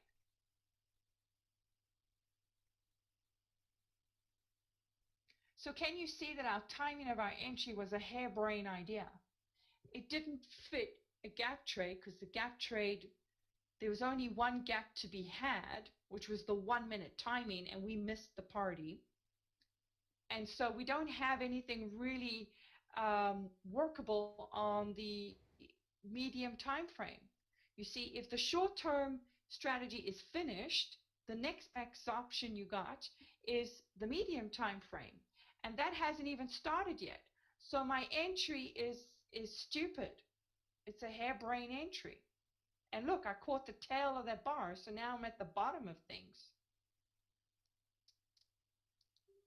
So now let's do another entry here. Okay, now watch this. Let's look at the 3 minute to see when the HMA changes color. See, things could still turn around here. Okay, now the 3 minute has changed color. Let's hope we get Phil. Yeah, oh, we missed it. Come on, chip bounce and fill me. That's the thing. Sometimes I'll just do sell on the bid. If you miss the entry, I just jump in at sell on the bid. Now I can do my buy limit order, and a lot of times it will squeeze through the 13. I usually put my exit between the 13 and 20 a lot of the times, but you got to watch it.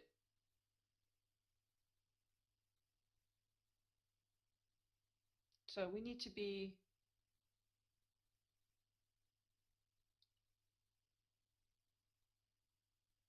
to get our three ticks, we need to be up here. Missed the entry, wait for the next. Yeah, well, the nice thing about gap trades is that they dilly-dally. They whip, they hum and they haw, they go back and forth. So you can do what's called a level 2 or buy on the, do a limit order where you see the sell on the ask is the limit order and the sell on the bid is a market order. So let me explain that for the new guys. If I was going to enter here where the numbers start in the queue, can you see here is level 1, this is level 6, this is a limit order. Okay, that's what the sell on the ask represents. If I want to jump in front of the queue, use the sell on the bid button, I'm doing a market order. So I'm losing 1 tick profit. I'm not losing money, but I didn't get that extra tick. But sometimes if things are really going for it, which you don't have to do on counter trends, I only really use the market order type entries on trend trades because they take off so quickly, you miss the entry. But on counter trends, can you see how dilly-dally? It's in your interest on counter trends to get that extra tick because you're dealing with such a finite, a tight target. It's in your interest to do a limit order or what Barbara calls a level 2. She likes to do level 2. And if it doesn't fill, she goes, oh, well, she's on to the next one. Market order can give me slippage. Only on excessive moves like news trades and things like that. But in currencies and stuff like that, you know, maybe in markets like gold or crude oil, you might get slippage. But in currencies, you're not going to get much slippage because it's not that much volume. It's only in high volume markets. Am I going over Segredo indicators? No. From now on, every Wednesday, I'm going to highlight a little bit, but I'm not going to focus too much on Segredo tonight because I want you guys, there's a lot to cover here and we're out of time already. I will cover a little bit more on Segredo next week, but every Wednesday night now we have a Segredo class. Our Wednesdays have changed to a Segredo class. So if you want to learn all about the Segredo, go to Wednesday night classes, and then I will be showing you other markets and the timing of the, the shadow trader strategies. That's what I'm showing you, is how to trade the shadow trader strategies with different time frames, different markets. Am I doing the Wednesday classes also? No, somebody else is doing the Wednesday class. Okay, so there we just got filled. We just made our 3 or 4 ticks. Okay, so now, as you can see, the 3-minute HMA worked, didn't it? When the 3-minute HMA came in, and let's check our 5-minute HMA here. I like to use the 3-minute for the currencies, the 5-minute for the volatile markets. Can you see that the 5-minute HMA hasn't changed color yet? So, which is why I like the 3-minute better for currencies. So what we're essentially trading is this gap trade on the 5-minute, because there's not as much volume on, especially on counter trends in currencies. So it's better to use a 3-minute for your medium term for currencies and NG, and use your 5-minute for crude oil and gold, so you don't get whipsawed and Russell.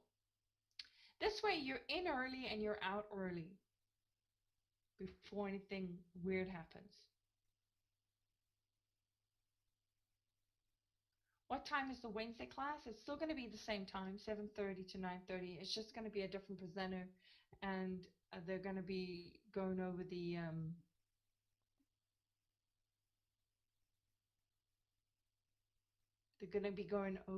Segredo.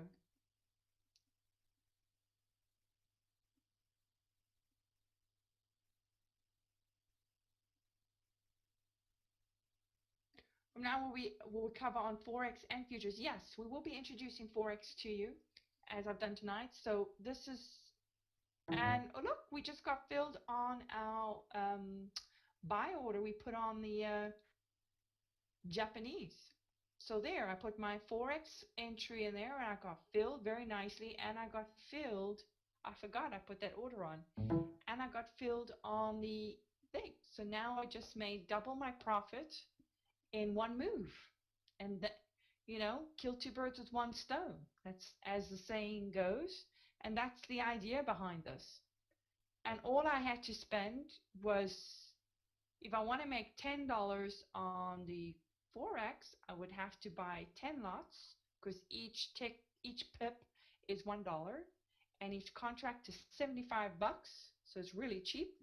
For Americans, for the rest of the world, it's only 35 bucks, so it's even cheaper. And so I would put up 750 bucks, which is not much more than 500. Put up 750 bucks, trade 10 lots, get my $10 in the Forex, and I put up my 500. So for just over 1,000 bucks, you can now do double your money in one move. Would you use a 3-minute HMA for AG commodities? I'm not too sure about commodities. I'm not a commodities person, so I can't really comment on that. The best person to ask is Barbara, but try it out. Whenever it comes to markets that I don't know, I always just back test it on the replay, or I go look at the historical and see, put the indicator on the chart and look at the history and see if it would work very nicely. For futures, you know, futures I would say fine, you know. Commodities I'm not too familiar with. We don't really trade commodities. We're strictly Forex and futures. Do we have dates for the next live today? No, not yet, because we're about to release some pretty big things. Now remember, for the Segredo, guys, you still only get it at 100 bucks. And let me just recap here and tie everything together for you.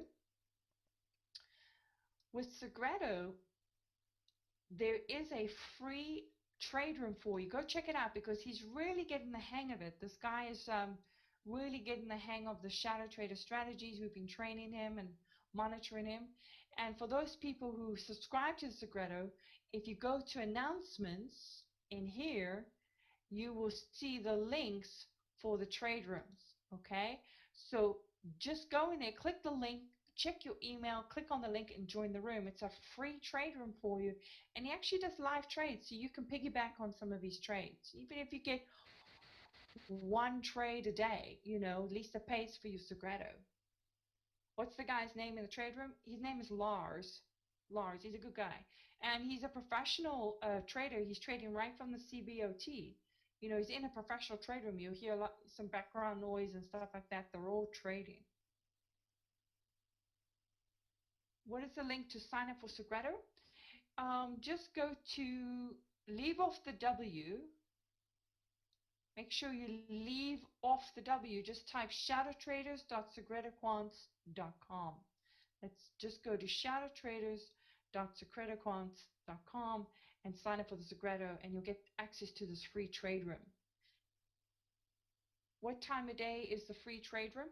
It's every morning from 9 a.m. to 11 a.m.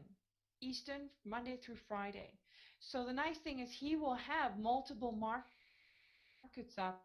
He usually has a 1 and a 3 and so on, and you can follow along, and you can piggyback on some of his trades. He's actually trading live for you. How many contracts does he trade? I'm not sure. I don't think that's really relevant. Whether you do 1 lot or 5 lot, I don't think that's really relevant. It's more the timing of the entry.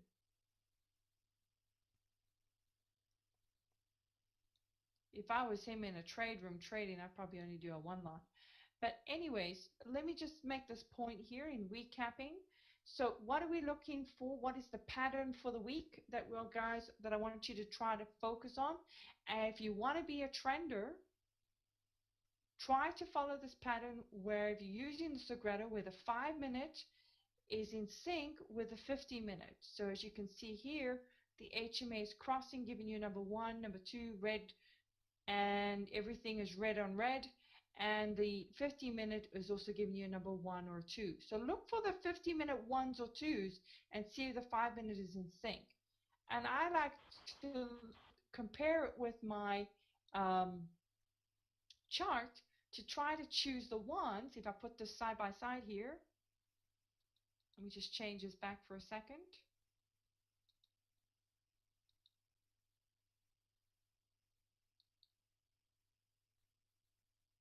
So if you get the Segredo for $100, will the price remain the same? Yes, it will not go up for you because you are a Shadow Traders member.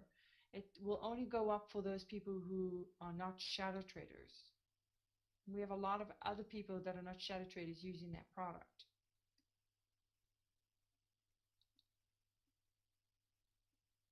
So just bear with me 1 second here.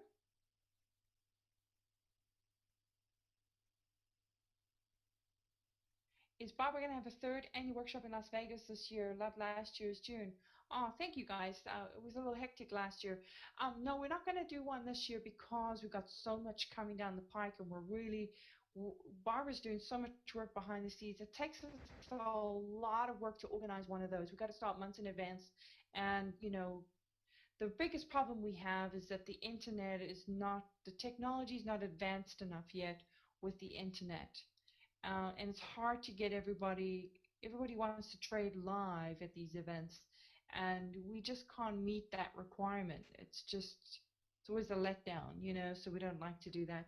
We're just overwhelmed right now with the order trading and all this other stuff and the trade rooms coming out, and we just don't have time this year.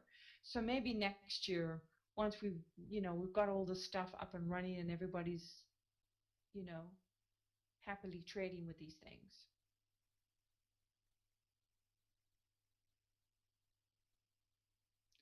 Can I teach the train trade? The moderator, the train trades. Yeah, he's starting to get the hang of it. Like I said, we just managed to get him using the Segredo and in the room. It's taken us a couple of weeks to get that, and that's why like I said, it is free for you. But he will start to do more, and we've got some other guys coming down the pike too. Now let me just show you this. If you look at the 5-minute Segredo in sync with the 15-minute chart at where was that, 10 o'clock in the morning. can you see that I like to do the ones, you'll notice that on these particular ones, you got your perfect criteria here. 50 minutes doing a gap trade, 5 minutes doing its reversal, and off we go. So you can see with when you line it up like that, and you see that that's all you really need. If you want to be a true trend trader, you don't need the lower time frames. You just need your 5 and your 15, or you can do your 3 and your 15 for currencies as well.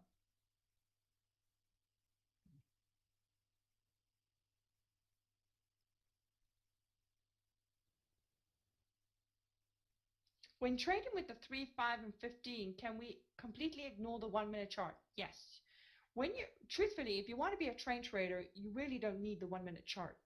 You've got enough tools to confirm the trend for you. You've got the HMA color change, you've got the 1320 crosses, you've got the higher time frame matchy, you've got your MACDs, you've got your Segredo, you've got enough tools. You really don't need the 1 minute chart.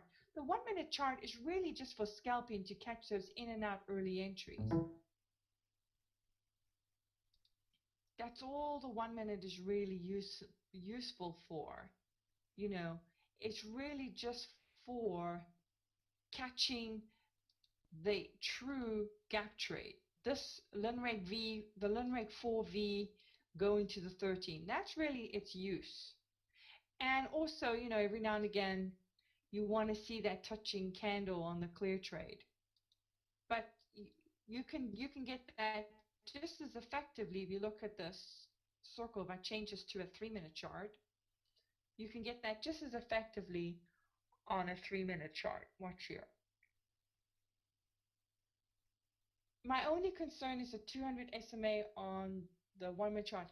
When it comes to higher time frames, long term, medium term, the 200 doesn't apply. The 200 is not needed. You don't need it. Because when you're trading the criteria and the algorithm, the 200 is built into the equation. Will the DOM buy price differ much from the price showing on the 5 minute? No, the DOM price doesn't differ at all. The price is the price. Price is the price. So can you see where my circle is? Remember, there's my circle that I just drew on the 1 minute chart. There is my circle on the 3 minute chart.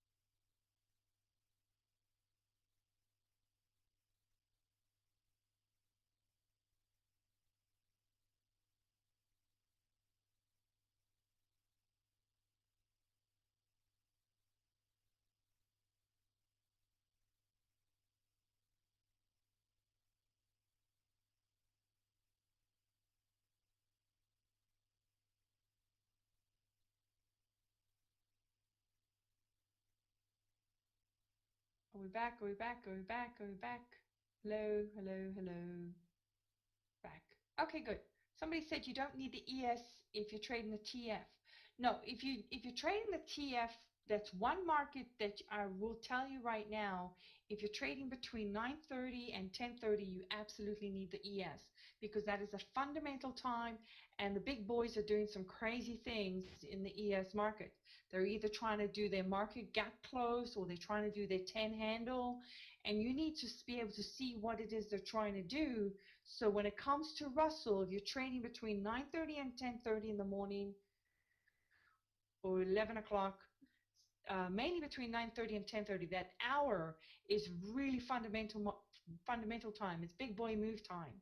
And you need to have the ES up to know what the TF is going to do. You can't rely on technical indicators during a fundamental window like that. Your technical indicators could completely fake you out. So when it comes to Russell, so don't make that mistake, right?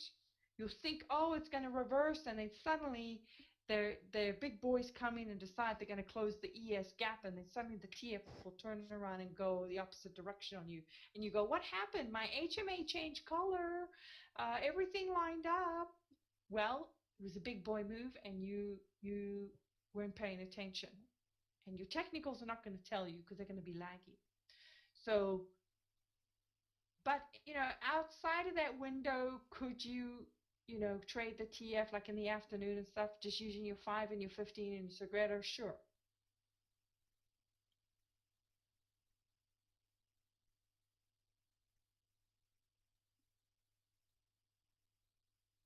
I don't know about that, Jack. You have to send an email to Shadow Support at Shadow Traders. You can ask her that. I just started trading and I have more downs than ups. Should I wait for the Forex market or auto trader? Your class tonight was excellent. I'll try the 5 and 15 tomorrow to see if anything to trade. It's so hard because in California and waking up at 5 a.m. my brain is slow. Yeah, you know what? If you don't lose sleep for trading. If you're in California time, then trade the currencies after lunch. Show up from 12:15 Eastern Standard Time. So that'll be better for you and trade the afternoon session. The currencies still do very nicely during them. Let me show you the euro for a second. And for those people who are having problems, you're good on the simulator, and when you go live, you lose your marbles. You just can't get on the right side. You need to do one tick trades for about 2 weeks, meaning you and only do one or two trades a day for about 2 weeks, just going for one tick, because you need to get over the adrenaline. The reason why that happens is adrenaline is destroying your ability to see the charts clearly. That's what adrenaline does. It messes up your perceptions. So you need to desensitize. And I'm telling you right now, as tedious as this sounds, it's the only thing that works. I've got many traders who do finally do it. Everybody always thinks, oh, it doesn't apply to them. They all think that they're smarter than whatever, and they don't apply it. But the ones who do apply it really see the benefit. Do one tick trades, two one tick trades, or one tick trade for about 2 weeks, and then start trading your strategy or trading plan. Okay, so let me show you the euro at lunchtime. From about 12:15, 12:30, you'll see the market starts to move.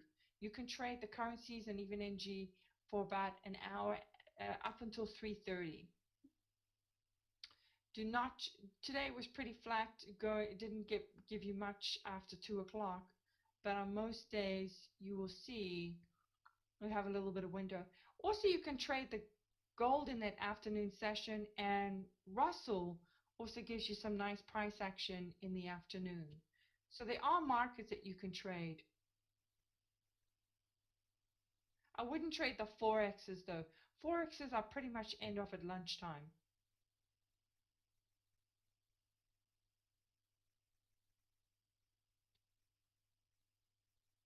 How do you refresh the chart? Just right click and go to reload historical data. So we have to end off now, guys. Are there any last minute questions here? Again, I'm just going to recap. 5 and 15-minute chart in sync. What are you trading at the end of the day? You're still trading your gap trade or your trade rules. Memorize the rules, know them like the back of your hand, and always remember that you must pay attention to short-term, medium-term, and long-term. So if your 1 minute has closed the gap, what do you then have to wait for? You have to wait for the HMA to change color on your medium term, be it a 3 or a 5-minute chart. And if you're trying to do a trend trade, you must wait for the touching candle, the very next bar, for the colored candle that's matching the 13 EMA direction. Yeah, in relation to the 20. So follow these